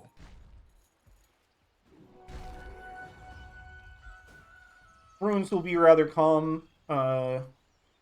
Radiant Dryden on one looks side, at Dire setting on the up other. one of them. Hook on the Chen. Man, Marci Beaucoup on the full surround. I don't know if that was the full surround or if Sterling just knew that they were dead, but that's first blood. So We saw another first blood. We're 2 for 4. Feeling better about that now. Oh, Cephalord is oh. That may have been That was close. What was I lost my train of thought. I was talking about the first blood. Oh, it's probably just a coincidence. But it feels like Marci Beaucoup have been very keen on killing Sterling, who is on Special Agent Blob normally, and Special Agent Blob did beat Marci Beaucoup in the first week. Because Sterling's just gonna like fully chase Raiden out of the lane.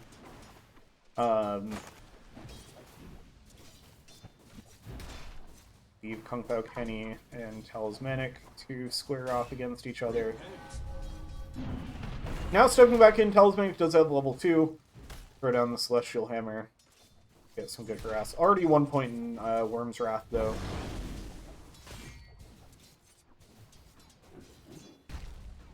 Actually, oh, I guess that's the Dragon Blood. It's the regen. That's the innate now.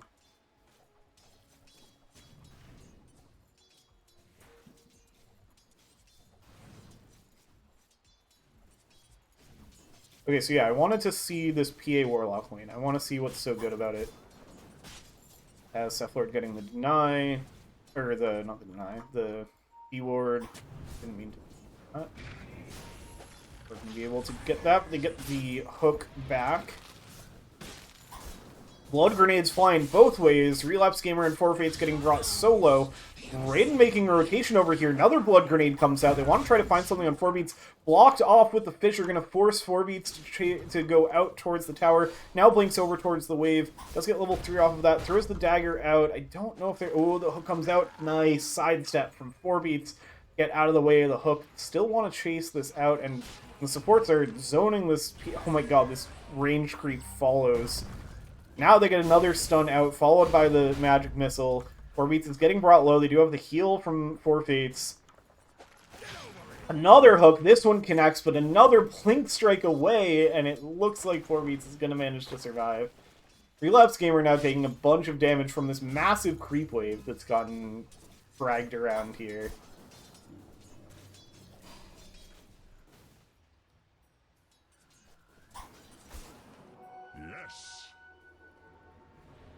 And okay, no, I was about to say they have so much confidence in this Dragon Knight, just leaving him alone in the lane, but he's getting bullied, and Raiden is going to make the rotation back over with the TP after causing some chaos, so does have to kind of bail Talismanic out over here. Last swing still going pretty evenly, though, despite the Earthshaker parting from the lane for a bit. that may have been Ophelia being toxic with the voice lines, getting off to a great start in the mid lane, 20-4 to 11-3. Also seeing not a ton of last hits for Relapse Gamer yet on the Venge. As do they both have wands here? You got a stick and a wand. Good, always good to have into the PA with the dagger spam. Down bot, Starbreaker connects on Talismanic Raiden, looking for the block off, though. The creep kind of blocking Kung Pao Kenny in. A little bit of an awkward position now, but we'll be able to just walk on out of there anyway. Plenty of health on the Dawnbreaker. Be able to survive these engagements.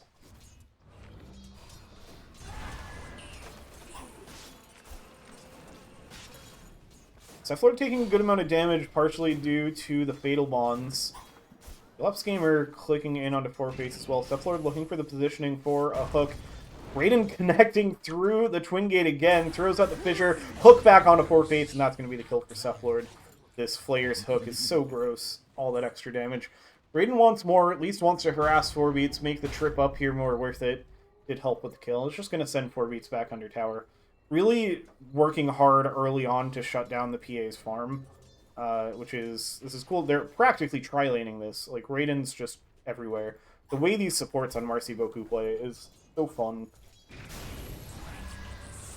Big damage out from Relapse Gamer onto 4 Fates, starting with that Magic Missile. Relapse Gamer is getting brought a little low, though. Have to be careful with the Rot into the Fatal Bombs. Relapse Gamer is just about going to fall. Dagger finishes it off. 4-Beats is pretty low, though, too. Doesn't have a hook available. Nice Blink Strike away. Over to 4 Fates, and has another Shadow Word up to heal. Get the nets. Oh, double net creep. Into the Starbreaker. Nice fissure from Raiden. Completely bails out Talismanic with that one. Very well positioned wall. Once again, we've got a little bit of a bloodbath. Huge Magic Missile into the hook for Cephalord. Can they finish off 4-Beats? They can. Once again, the Fatal Bonds comes out, but 4 Fates is not going to be able to get enough damage into these heroes to do anything too big, and we'll be forced to just walk away. Strilling still just being absolutely annoying with these Chen creeps right off the bat. Getting a decent amount of damage going on Raiden. Oh, they have the mana burn. This creep is so annoying. Raiden wants to kill it so bad. That's why they have no mana on the Earthshaker. Does finish it off. Now going to grab a Mud Golem, throws out the rock. Like, Talismanic is over here. Now Kung Pao Kenny is like, do I get involved in this? No, just keep hitting creeps. Like, Sterling's making you so much space with this Chen. This deep ward, too. It's like waiting for somebody to come back through. Like, waiting to make sure Raiden is going all the way back to base. You get the ult. But no, that went mid? That went mid. I looked top, but somebody was almost dead top. But 4-Beats is fine. What happened? I guessed wrong about where that was going. It was just Avalanche, Toss, Solar Guardian helped out. Yeah, a little bit of Solar Guardian damage. Nice pickup for Ophelia to get things started in the mid lane. Take a look at net worth, and off of that kill, Ophelia up at the top, also getting still way at the top of the last hits as well. Cephalord's going to pick up the Radiant Wisdom Rune. Strilling will grab the Dire one, so no shenanigans there.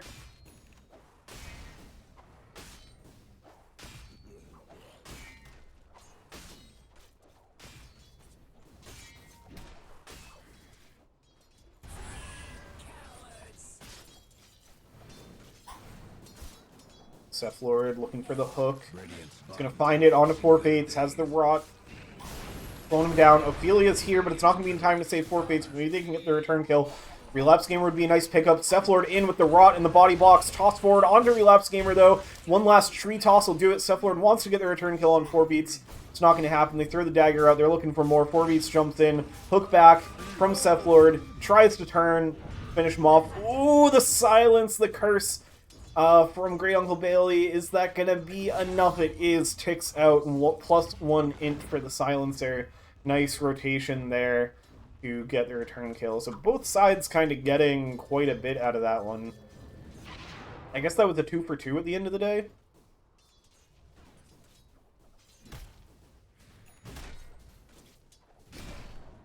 I would like a fight recap, but it's not giving me a fight recap.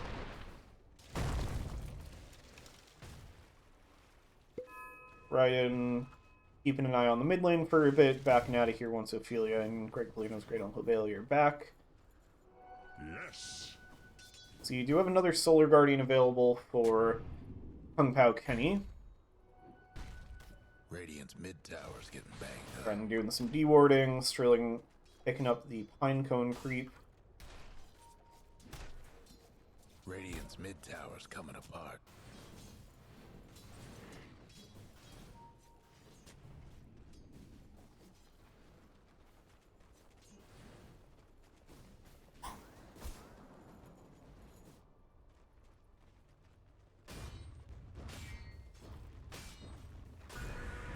We're gonna get another Solar Guardian, but this one gets interrupted. The Global Silence is available. Now Greg Polino's Great Uncle Bailey turning back towards Ophelia, who is expecting the Dawnbreaker to be able to connect with this. There is a Shield Rune available. Ophelia is going to be able to pick it up, gets it into the bottle. Polino's Great Uncle Bailey considers chasing. Up top, Sephlord looks like another hook onto Four Fates. There was. Into the Dismember, Magic Missile to help secure the kill. See, so Relapse Gamer's just going to go straight for the Ags on the Core Venge. So Ophelia pick up the Vlads first, which I did like the Vlads on the Venge to help give a little more sustain and damage.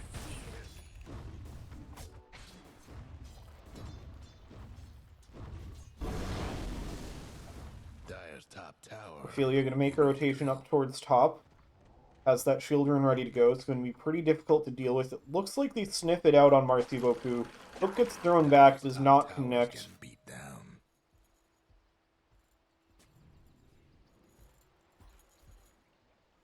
So they will be okay to back away.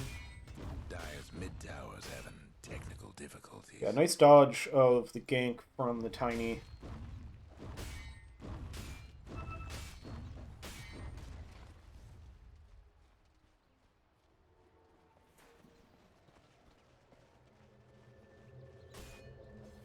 We get a TP top from Raiden on the Earthshaker. Did get the Golem used, presumably on Relapse Gamer, but doing okay for now. Do have to be careful of this Golem. I'm also going to kind of scout things out. An amazing hook from Sephlord.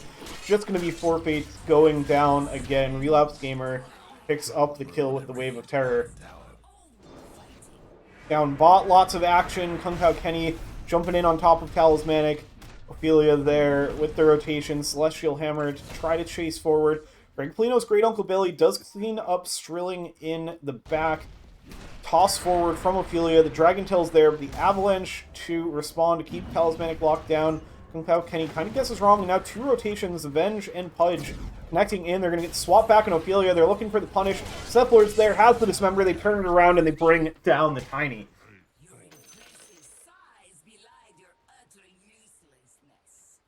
Bit of appreciation among Marci Beaucoup as they punish that deep dive from Ophelia. Invisibility.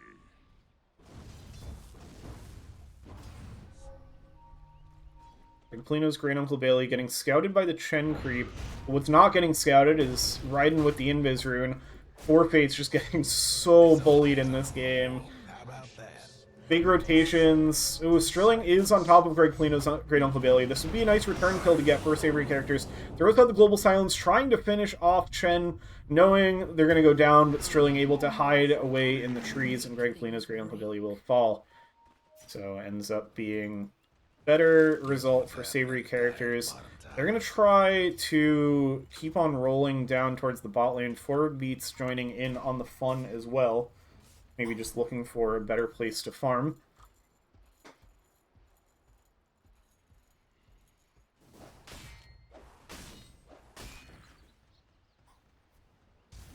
Ophelia making their way down here too.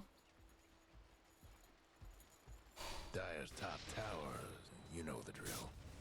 Radiant's bottom tower ain't a pretty sight right now. Might be a bit of a brawl around this bottom tier 1 tower. Global Silence comes out, Talismanic into the Dragon Form, Strilling stepping up, trying to get the slow in, Dragon Tail out, Hook just doesn't connect.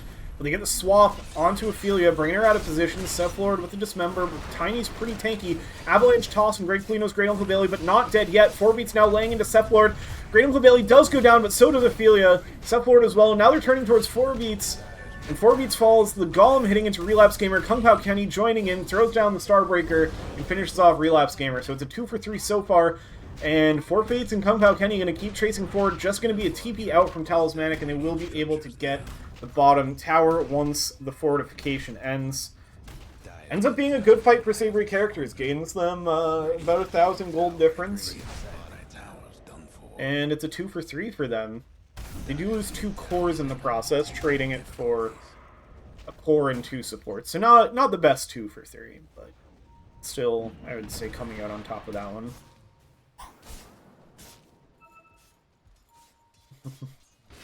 The X-Ping from Talismanic, telling Cephalor to hold off on going for the hook on 4 beats. Cephalor's like, I want to kill that PA as much as possible. I want to slow down that Battle Fury timing as much as possible. We get a pause in the first pause of the day, which is pretty impressive, honestly.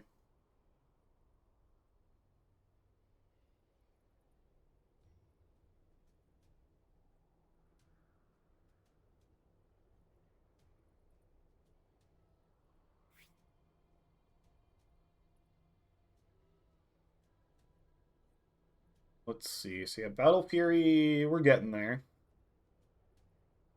Still about 1,500 gold off. Armlet done, working on the Mask of Madness, very standard DK build currently. Eternal Shroud going to be the first item for the Pudge. Cephalor just goes for these like core builds on position 4 because they get the farm. Like halfway to the Ags, more than halfway to the Ags, only like 1,000 off of the Ags. Dragon Lance on the Silencer, maybe something else coming out on the Courier.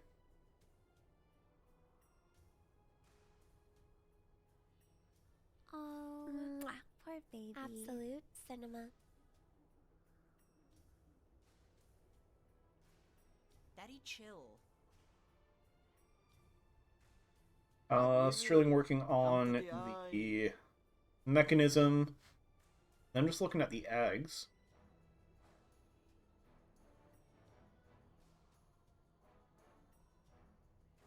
I don't know enough about how Chen works. But Sterling obviously does.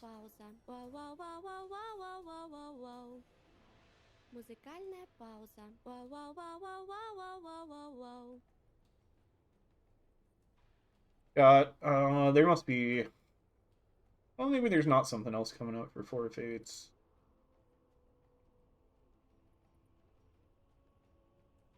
Oh, Ag Shard. Very early Ag Shard.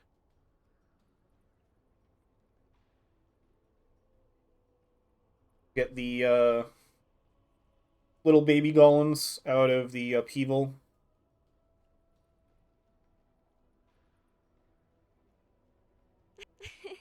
Already looked at that guy. Working towards the Blink. Soul Ring ready with the Phase Boots. For Ophelia. Blink Dagger coming up soon. Look at Kung Pao Kenny. Really BKB, perhaps? No, Echo Save. Okay. Dyer's top tower's getting beat down.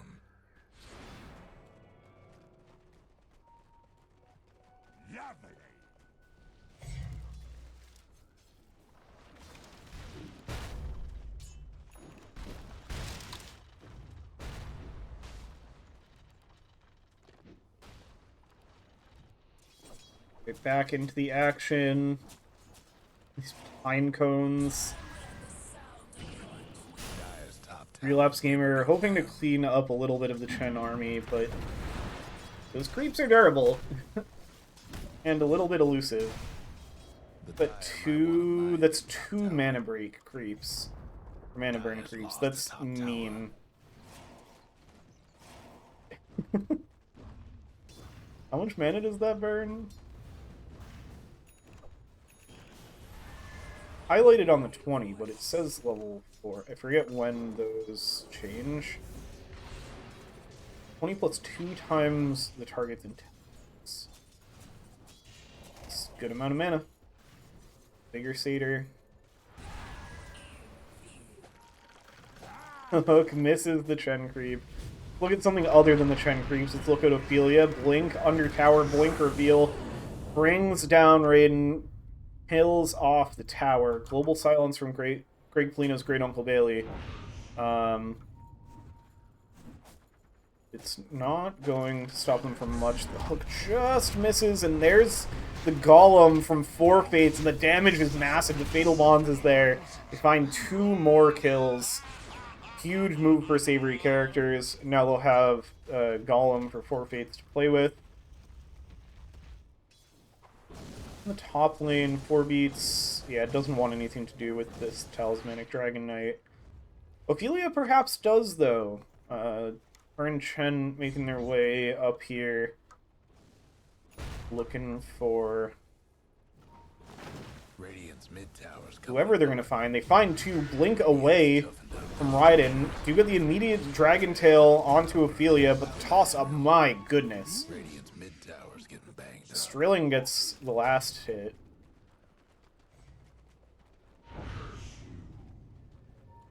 It's 350 magic damage. Well, they do find the Chen here, Raiden on top. They've got plenty of stuns. Toss up onto Greg Polino's great Uncle Bailey, but Ophelia, surrounded by 4 heroes, goes for a very optimistic TP away. Cephalord's there with the Dismember, and brings down the Tiny.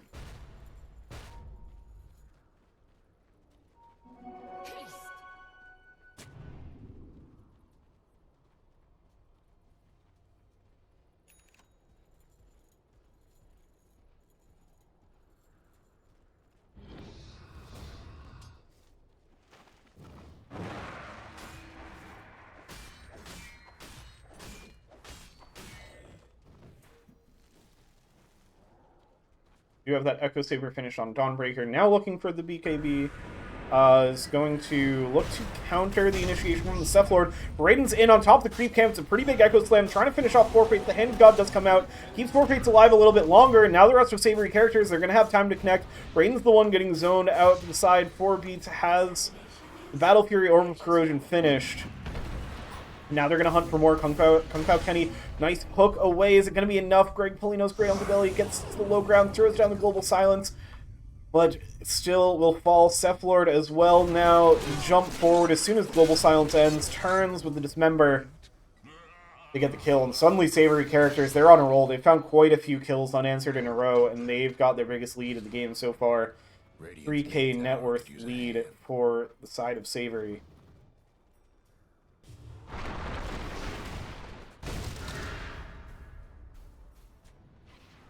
Ophelia looking for something on Talismanic, but ends up not wanting to commit to it. They're going to smoke up with a couple heroes for Marci Beaucoup. Still feeling pretty strong, wanting to keep the pressure up. No, Ophelia's still in the area. Oh, Four Fates. Oh no, Four Fates. Four Fates will pay for the crimes of their mid laner. This poor Warlock has died 7 times in this game. No deaths on Kung Pao Kenny yet. Been able to farm pretty free. This is like, I think this is the most like Dawnbreaker performance we've seen from any of these 4 Dawnbreaker games for Savoury characters. Just like really farming around the map and just jumping in with Solar Guardian, rather than playing with the team more. As Cephalord finds a hook into the Dismember, and they get surrounded by the Chen creeps, has the interrupt from the Centaur. Phillips Gamer in the area as well, but there's too many creeps to get through. Chen's going to be able to get away. Talismanic will TP over to the mid lane, catch that wave. Meanwhile, Ophelia and Kung Pao Kenny, of course, caster cursing a little bit with Ophelia now playing around Kung Pao Kenny, rather than letting Dawnbreaker go alone, but it's enough to get the tower. They're going to jump forward, they're going to look for the catch onto Strilling, uses the Echo Slam. cleans up. Did they get all the creeps there, too? The Dire best do something about that. Or was the bottom Chen tower. army elsewhere? Radiant's top tower's in bad shape. They're gonna make a move over towards mid lane, potentially. Ophelia jumping forward, looking for Talismanic. Doesn't quite find it. Ooh, big fissure to block off Ophelia. Nowhere to go. Toss over the wall to throw Seth Lord over to Kung Pao Kenny. Tries to get the Dismember off. Nice swap out for Relapse Gamer. Now the hook back. Everybody's going every which way. 4 beats now on top of Talismanic. Looking for the kill on the enemy carry and is going to find it. Hand of Cod comes out. Raiden throws down the fissure to slow down the advance. Savoury characters looking for more. Ophelia jumps forward. 4 staff just enough to dodge out of the way of the avalanche. Hook comes out. Just misses from Ophelia. They do not find that catch on the Tiny. It would have been very critical for them. Savoury characters, they find another good pickoff. It was a bit of a messy fight, but it ends up just being the Dragon Knight that dies. I mean, how much is used? And one guy dies. As opposed to, like, game 2 of Savoury versus Freg, where it was like, every fight, both teams die. Everybody on both teams die.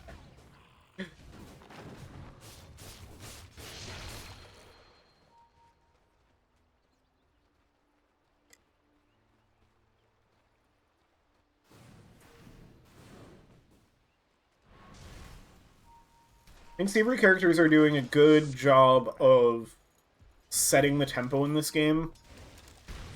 I think keeping Cephalord off the Spirit Breaker is giving them a lot more space to operate, and giving them a lot more breathing room, not just constantly having these supports of Marci Beaucoup chasing them down. We're going to get a little harass into Talismanic. Talismanic getting to clean up quite a few of the Chen creeps there. The smoke on Marci Beaucoup. Looks like they're going to head towards Kung Pao Kenny. Relapse Gamer is going to be the first there. They get the scan. They're going to see the Lotus getting eaten. Get the vision. Going to alert Kung Pao Kenny. Nice fissure. Cephalord has the hook. BKB, but they have the Dismember. And they've got enough heroes here. Kung Pao Kenny's going to be in trouble. Perhaps going to try to look for a target. The swap back, though. Can they get out? They cannot. 4 beats in, though. Looking to turn things around on Relapse Gamer. Has the no, I was looking at the wrong hero. I was looking at Relapse Gamer. Has the Ag, so will respawn. But Raiden falls to Ophelia now, also finding Greg Polino's Great Uncle Bailey. Now jumping forward over towards the Venge Illusion. Trying to bring down Relapse Gamer the second time. Silence comes out. And they will finish off the Vengeful Spirit. The BKB Battle Fury on 4 beats. We're looking at Orchid is on Ophelia. Where they're getting that silence from. Now with the Golem used, they'll look to pressure in towards the tier 2 tower in the top lane. Hook is going to hit a creep. So I don't know if you super wanted to hook any of these heroes at this point. Biggest lead we've seen for Savoury characters in the series. Up 7k now. Things in a pretty good position for them, and 4 beats getting plenty of farm. Looking at the S and Y next. And kind of the replacement for the Desolator in the PA build with the rise in popularity of the Sanjin Yasha.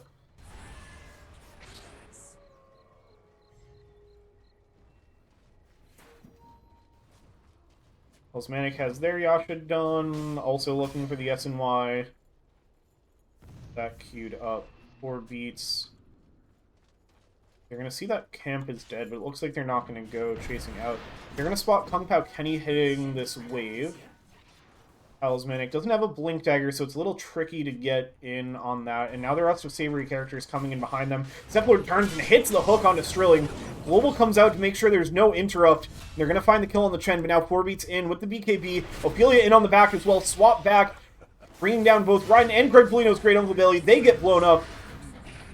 Now they have the control, though. The BKB is ended, and they find the kill on 4 beats. That's a big one for Marci Beaucoup. Kung Pao Kenny, though, swinging through with the Starbreaker. Control up. Avalanche again onto Relapse Gamer and Talismanic. Relapse Gamer has gone down once. swaps away to try to get Talismanic out of there. Toss over to the Dragon Knight. Creeps chasing them down. Meanwhile, Cephalord gets the catch with the hook onto Ophelia under the tower, and the finish off from the tower and from Relapse Gamer. Now the control on the Four-Fates offers a high five, but they high five him right into the grave. And ends up being overall a good fight for the side of Marci Beaucoup.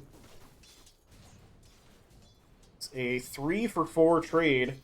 3k net worth gained to the enemy 1k, so about a 2k swing.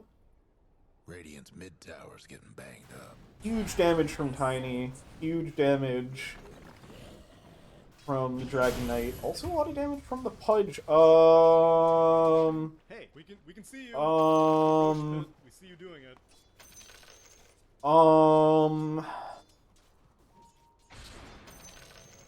What did I miss?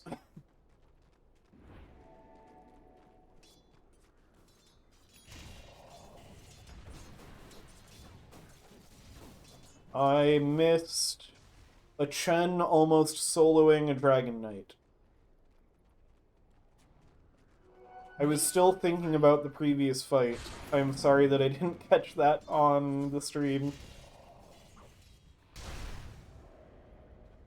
I would have liked to see that one.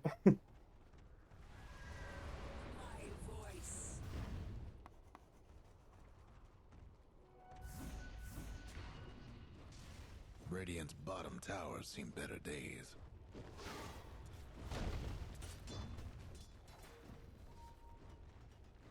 Trouble brewing. Cephalord has eyes on 4 beats blink. The blink strike away. Can give a chance, but the hook lands, gets the BKB off. The Dismember does not care about the BKB. 4 beats though, looking to turn it around. The attack comes in. Nice swap to save Cephalord. Back in onto 4 beats. They get the Hand of God off, keep 4 beats alive a little longer. Blink strike away, looking to try to get into Great Polino's Great Uncle Billy, but they finish off the kill on the Phantom Assassin.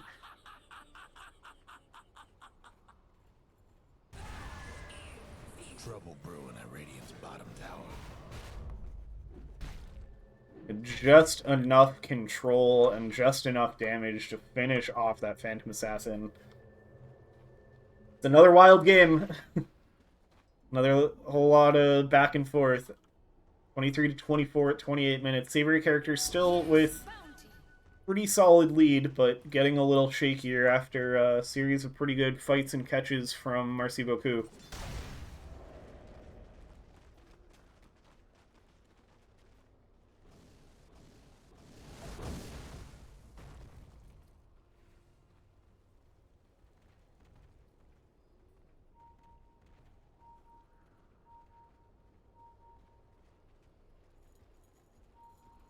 See, we just saw that blink from Cephalord. A lot of blinks. Oh, they're just clearing out the creeps. I was like, I don't see a hero there for Cephalord to be dismembering.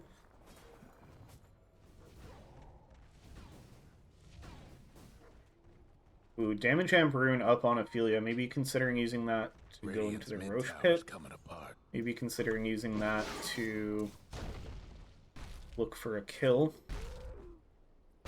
BKB ready on Raiden. This guy loves BKB. I respect the hell out of that. Like, Blink Dagger BKB on Earthshaker. Clockwork, like, might have been first item BKB. I don't remember. Oh, it was like Solar Crest BKB, maybe?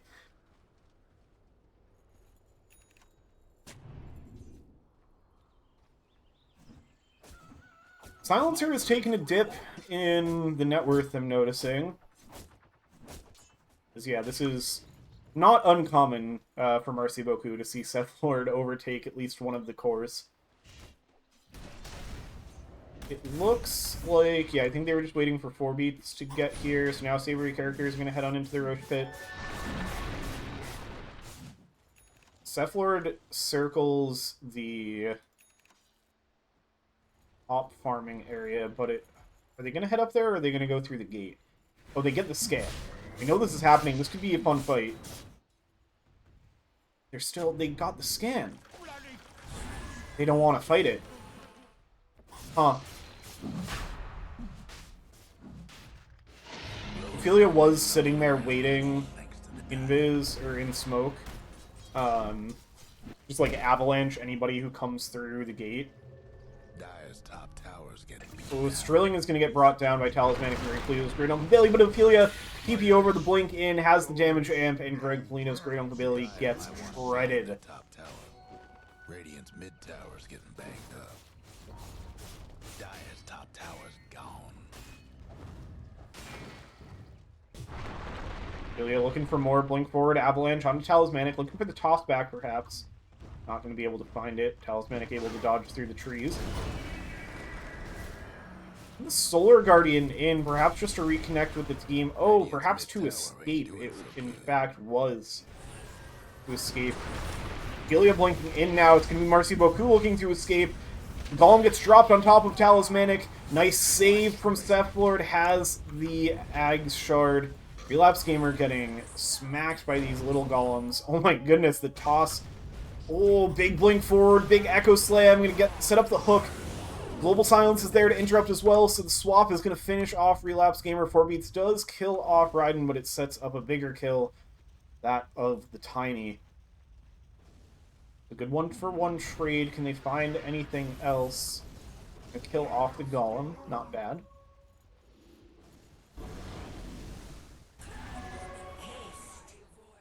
Radiant's bottom tower ain't a pretty sight right now. No breaking through the Dyer's Marci structures Beaucoup looking to finally bring down this mid-tier 1 tower. As soon as the Fortify ends, that will pop. Dyer weren't partial to that mid tower. Got Ags finished on the Dawnbreaker for Kung Pao Kenny. See that extended duration Solar Guardian, get some more heals going for that. Marci Beaucoup, they might have to start looking at some of the healing reduction items here. They will also be looking at a break, heal some of the passives, but between the Chen and the Dawnbreaker, quite a bit of healing on the side of Savoury characters now. Potentially going to have some lifesteal eventually for the PA, so something they might want to consider. Don't know who. You could get a Scotty on either Dragon Knight or Venge. Get a Shiva's on one of your supports, maybe. Nice armor item, too, to help deal with the PA damage. Look at this ridiculous wave. That's why everybody bans Chen against Strilling, normally. Because it's just an aspect of the game you're not always used to playing against. Or style of gameplay you're not used to playing against.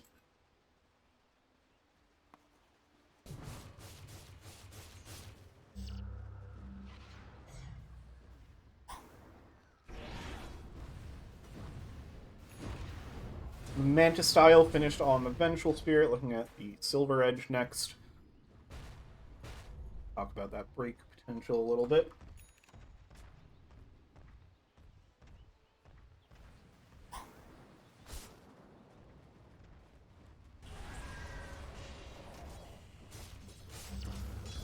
Oh, big hook from Cephalord.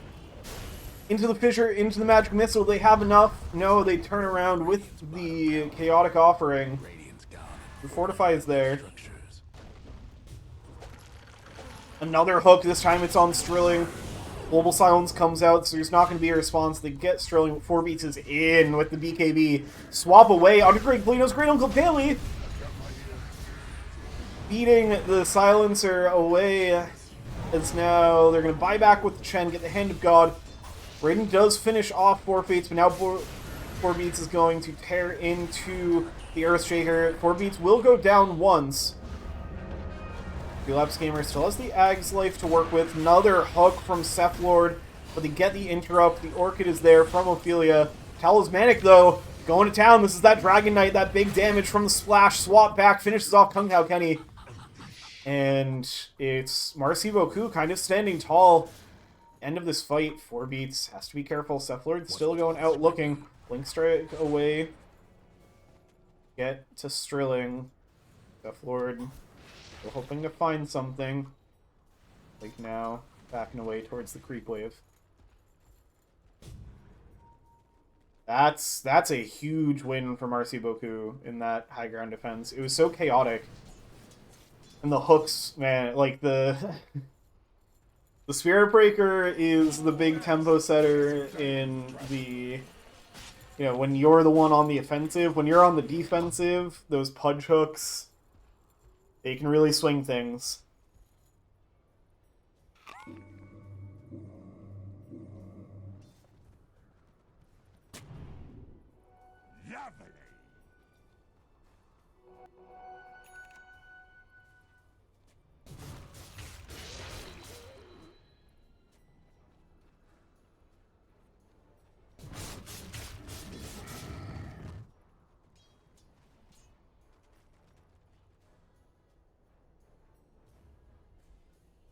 Smoke up on 3. Side of Marci Beaucoup. If they can get some more pickoffs here, they can really take this game back over for themselves.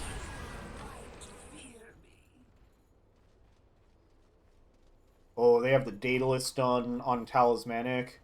That's a big timing. I would get him in on the smoke. Shield Rune is running out, but still. They find Kung Pao Kenny here. They have the Shadow Blade. Oh, Kung Pao Kenny's not going to see this coming at all. Magic Missile, stun up into this member. They find the Dawnbreaker. That's a big pickoff. Net worth lead down to 1. Marci Beaucoup clawing this one back off of that big high ground defense.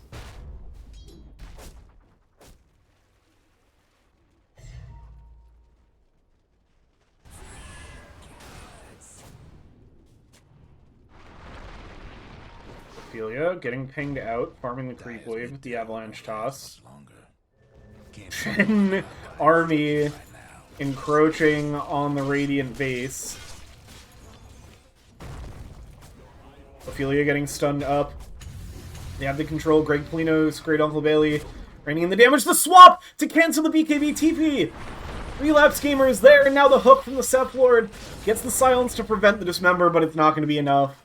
Oh, what a huge swap from Relapse Gamer.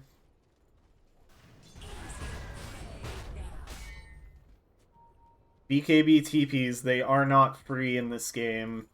When you've got Dismember, when you've got Nether Swap, when you've got Chaotic Offering, there's both teams have the means.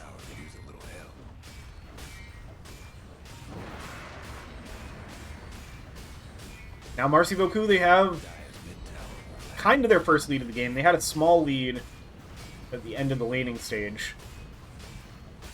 Even through the backdoor protection, they're going to bring down this mid-tier 2. Strilling looking to cut the wave is going to get cut down themselves. The Glaives run in. Relapse Gamer finishes it off with a Wave of Terror.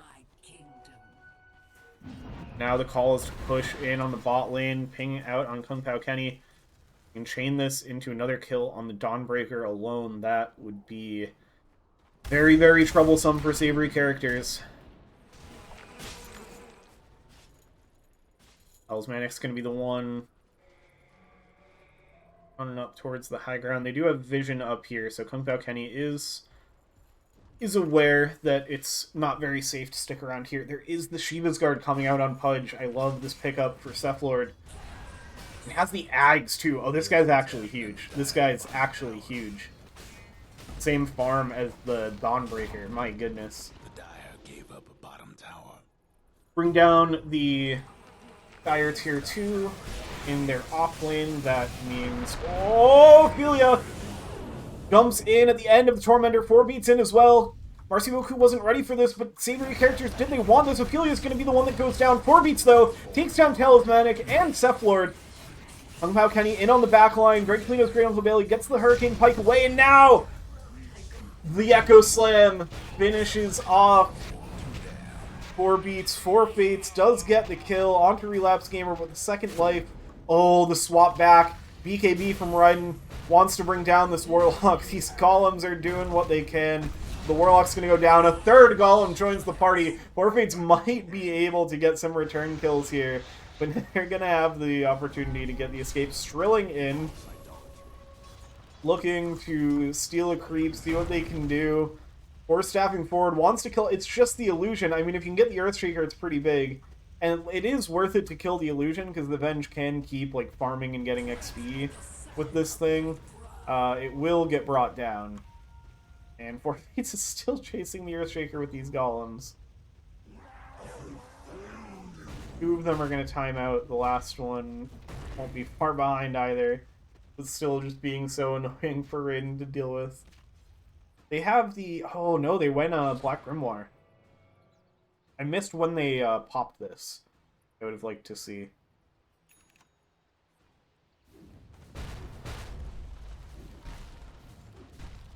A lot of times you see the other facet getting picked up for more scaling on the Warlock. You go, like, Ag's Refresher Heart.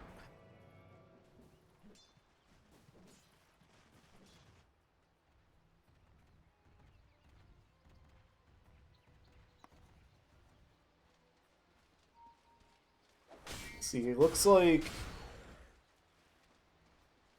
Not sure which side that was calling for all the lanes to be pushed. I think it looked like the teal for Venge, but it could have been Ophelia's late blue.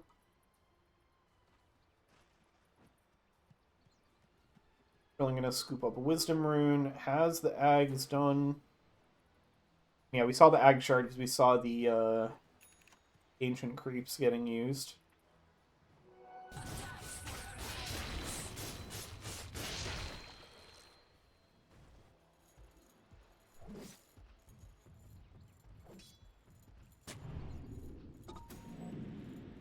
Marci Beaucoup starting to set up around the Roach Pit. Good chance they're able to take this one. See if Savoury characters sniff it out and look to respond.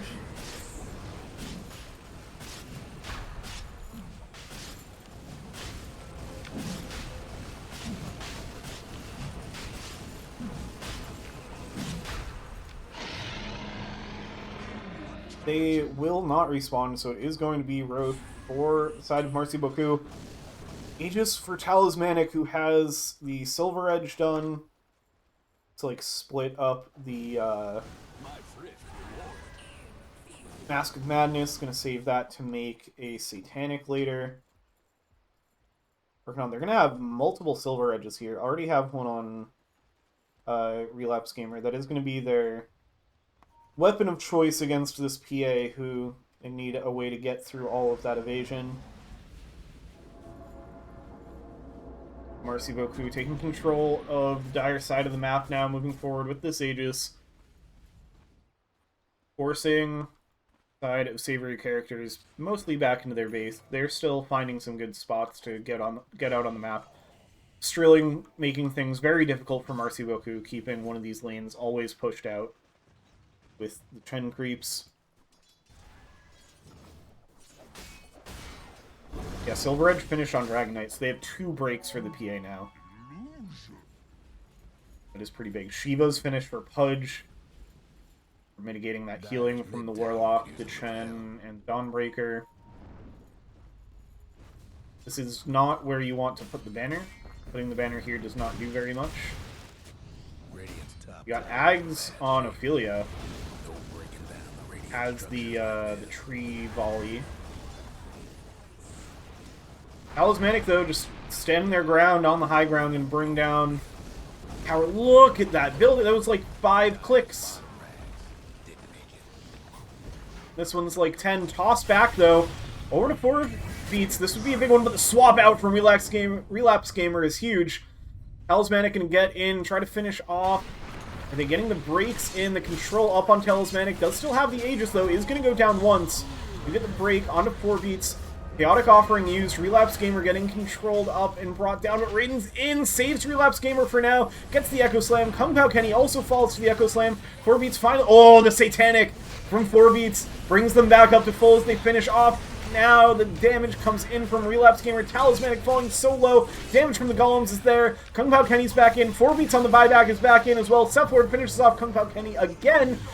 4 beats forced to blink back. Sephlord standing tall with the rot. Finally gets brought down. The Glaives bouncing through. Nearly kills off 4 Fates. Ophelia in, but the damage from Greg Polino's Great Uncle Bailey is too much. stands their ground. Finally, 4beats is going to be able to come in and clean it up. My goodness. So 5 dead for Marci Beaucoup. 7 dead for Savoury characters. Not 7, 6. Because 4beats didn't die off of the buyback. 2 diebacks.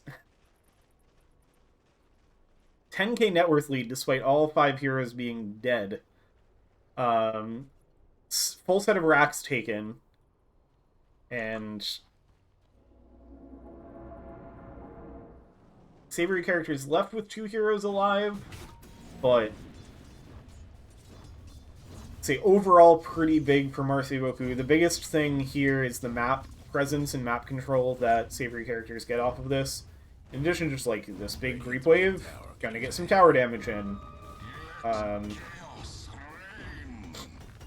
a crazy amount, but not an insignificant amount either.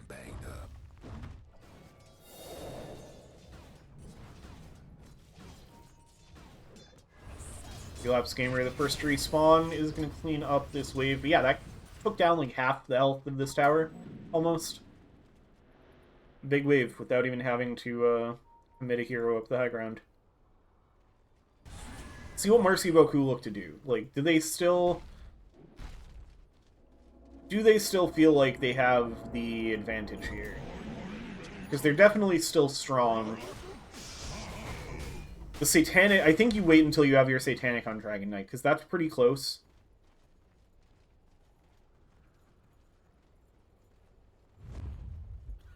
But no, they just want to go fight now. They smoke up.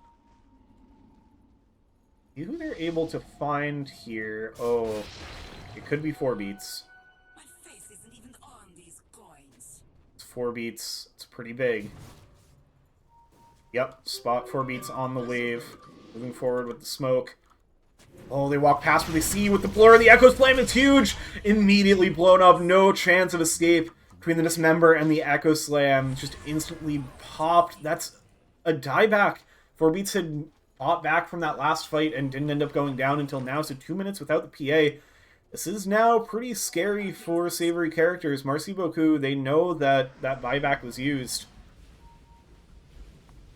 They're going to immediately look to try to turn this into another set of barracks.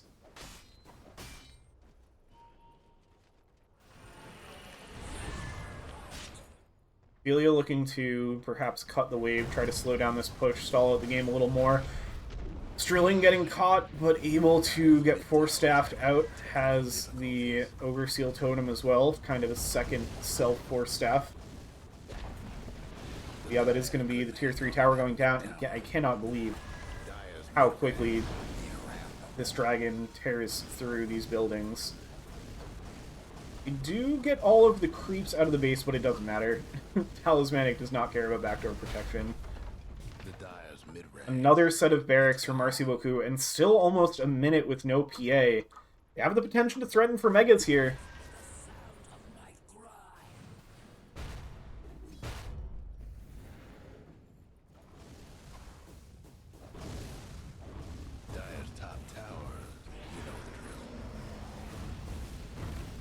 Yeah, they're going to get that damage going right away. Tree Volley comes in, clears out the creep wave. Dragon Form ends. But Talismanic does plenty of damage as just a regular guy as well. Bring down the ranged barracks. And yeah, 20 seconds until the PA. It's Mega Creeps again for Marci Beaucoup. They're immediately looking at the Tier 4s. 12 seconds to PA. They're not going to be able to end the game before 4beats is back up. But they're feeling pretty strong here. Jump in, swap back, trying to get the catch on 4fates. Kung Pao Kenny going to come through with the Soul Guardian. Doesn't get interrupted now because she's up in the air. Greg Polino's Great Uncle Bailey teeing off on Kung Pao Kenny. Huge Echo Slam, but it's not enough. 4beats is still standing strong thanks to the BKB. Now gets over onto Raiden. Ophelia with the control. And brings down another. Now 4beats on top of Relapse Gamer. Cephalord 2. They're going to wipe out the whole team here. Ultra kill. 4beats picks up the last one. Denies the rampage from 4beats. They'll kill off the Venge Illusion as well. A full team wipe, no heroes lost. Savoury characters does not care about your mega creeps, about their tier 4 tower being dead. All the buybacks are going to be available for Marci Beaucoup, so it won't be the end of the game here. It's only going to be Savoury characters getting as much as Marci Beaucoup let them have. Radiant's mid tower's coming apart. And with the 3 core buybacks still on cooldown for 2 minutes for Savoury characters, they have to be pretty careful here. 2 buybacks are going to come out right away. Savoury characters, they're still going to fight into this. There's the full buybacks.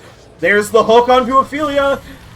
They have the catch, they have the control. Fissure down. That's big. Savoury characters not retreating fast enough. They will now have the buyback advantage as Marci Beaucoup. I can't believe they actually bought back on all 5. I mean, getting Ophelia is worth it. They now have the opportunity to go up high ground 5v4 with only support buybacks available for Savoury characters. Glimmer Cape is going to keep 4 Fates alive for now. Marci Beaucoup, though, they're knocking on the door. They've got half the duration of the Dragon Knight. Ult left, they get the swap into the hook, into this member. 4 Fates is going to go down again. Does have the buyback. We'll have the opportunity to come back up here, but only 1 tier 4 tower to go down. There's the buyback from 4 Fates. Talismanic immediately onto the towers. You have to do something to stop this Dragon Knight. The Fortify will be the beginning of it. Clear out the creep waves, help the Fatal Bonds. Relapse Gamer's Illusions going to town on the tower as well. Stun out. Splash damage. Dragon Form ends. The Dawnbreaker ult isn't enough, but they have the buyback. 4 beats in with the BKB onto Cephalord. That's a tanky target. So is Talismanic. That's the bigger one to bring down. Greg Polino's Great Uncle Bailey going toe-to-toe with Kung Pao Kenny, but 4 beats joins up. They bring down Silencer. Raiden trying to just end the game with Relapse Gamer. The Ancient Slow. The Echo Slams out. Can they finish it off? 4 beats trying to bring down Raiden. There's 1 health left. No, the creeps do it. Marci Beaucoup closed it out. Wow! Just enough to bring down the Ancient, and just like that, Marci Beaucoup, they take the 2-0 in this series. Both of these teams getting some in the win column today. Savoury characters in the earlier series, Marci Beaucoup in this one. What a crazy game. This has been so many fun games to watch. This one, I have a really hard time picking an MVP for this game. And it's another great performance from Cephalord. I think Relapse Gamer had kind of a quietly really good game on this Vengeful Spirit. There are so many swaps to get fights started. Talismanic obviously did great on the Dragon Knight, was dishing out the damage in those later fights. But it was all just like how Marci Beaucoup executes their fights. They have such a specific way of playing Dota, and it's so fun to watch. Really awesome stuff from them. This was great. Great job to both of these teams. Happy seeing both of them getting wins. Excited to see who they get matched up against next. Because they're now... Savoury characters are 1 and 2 in their series. Or 2 and 4 overall, if you want to look at it that way. And Marci Beaucoup improved to 2 and 2. They have another match coming up this week. On Monday, we said. That'll be a good one to watch. These are both really fun teams. I love seeing these teams go head-to-head. Break 5 earlier tonight, also very fun. Yeah, really great stuff. That's an amazing graph. That's a really cool graph. Yeah, I've talked about enough Dota for one day. Thank you everybody for joining me. This was really fun. Keep an eye on the Discord to see when more games are going on. Got plenty still happening this week, and then we'll be right into the next week of group stage games. Oh, I love this league. This is great stuff. Have a great rest of your weekend, everybody.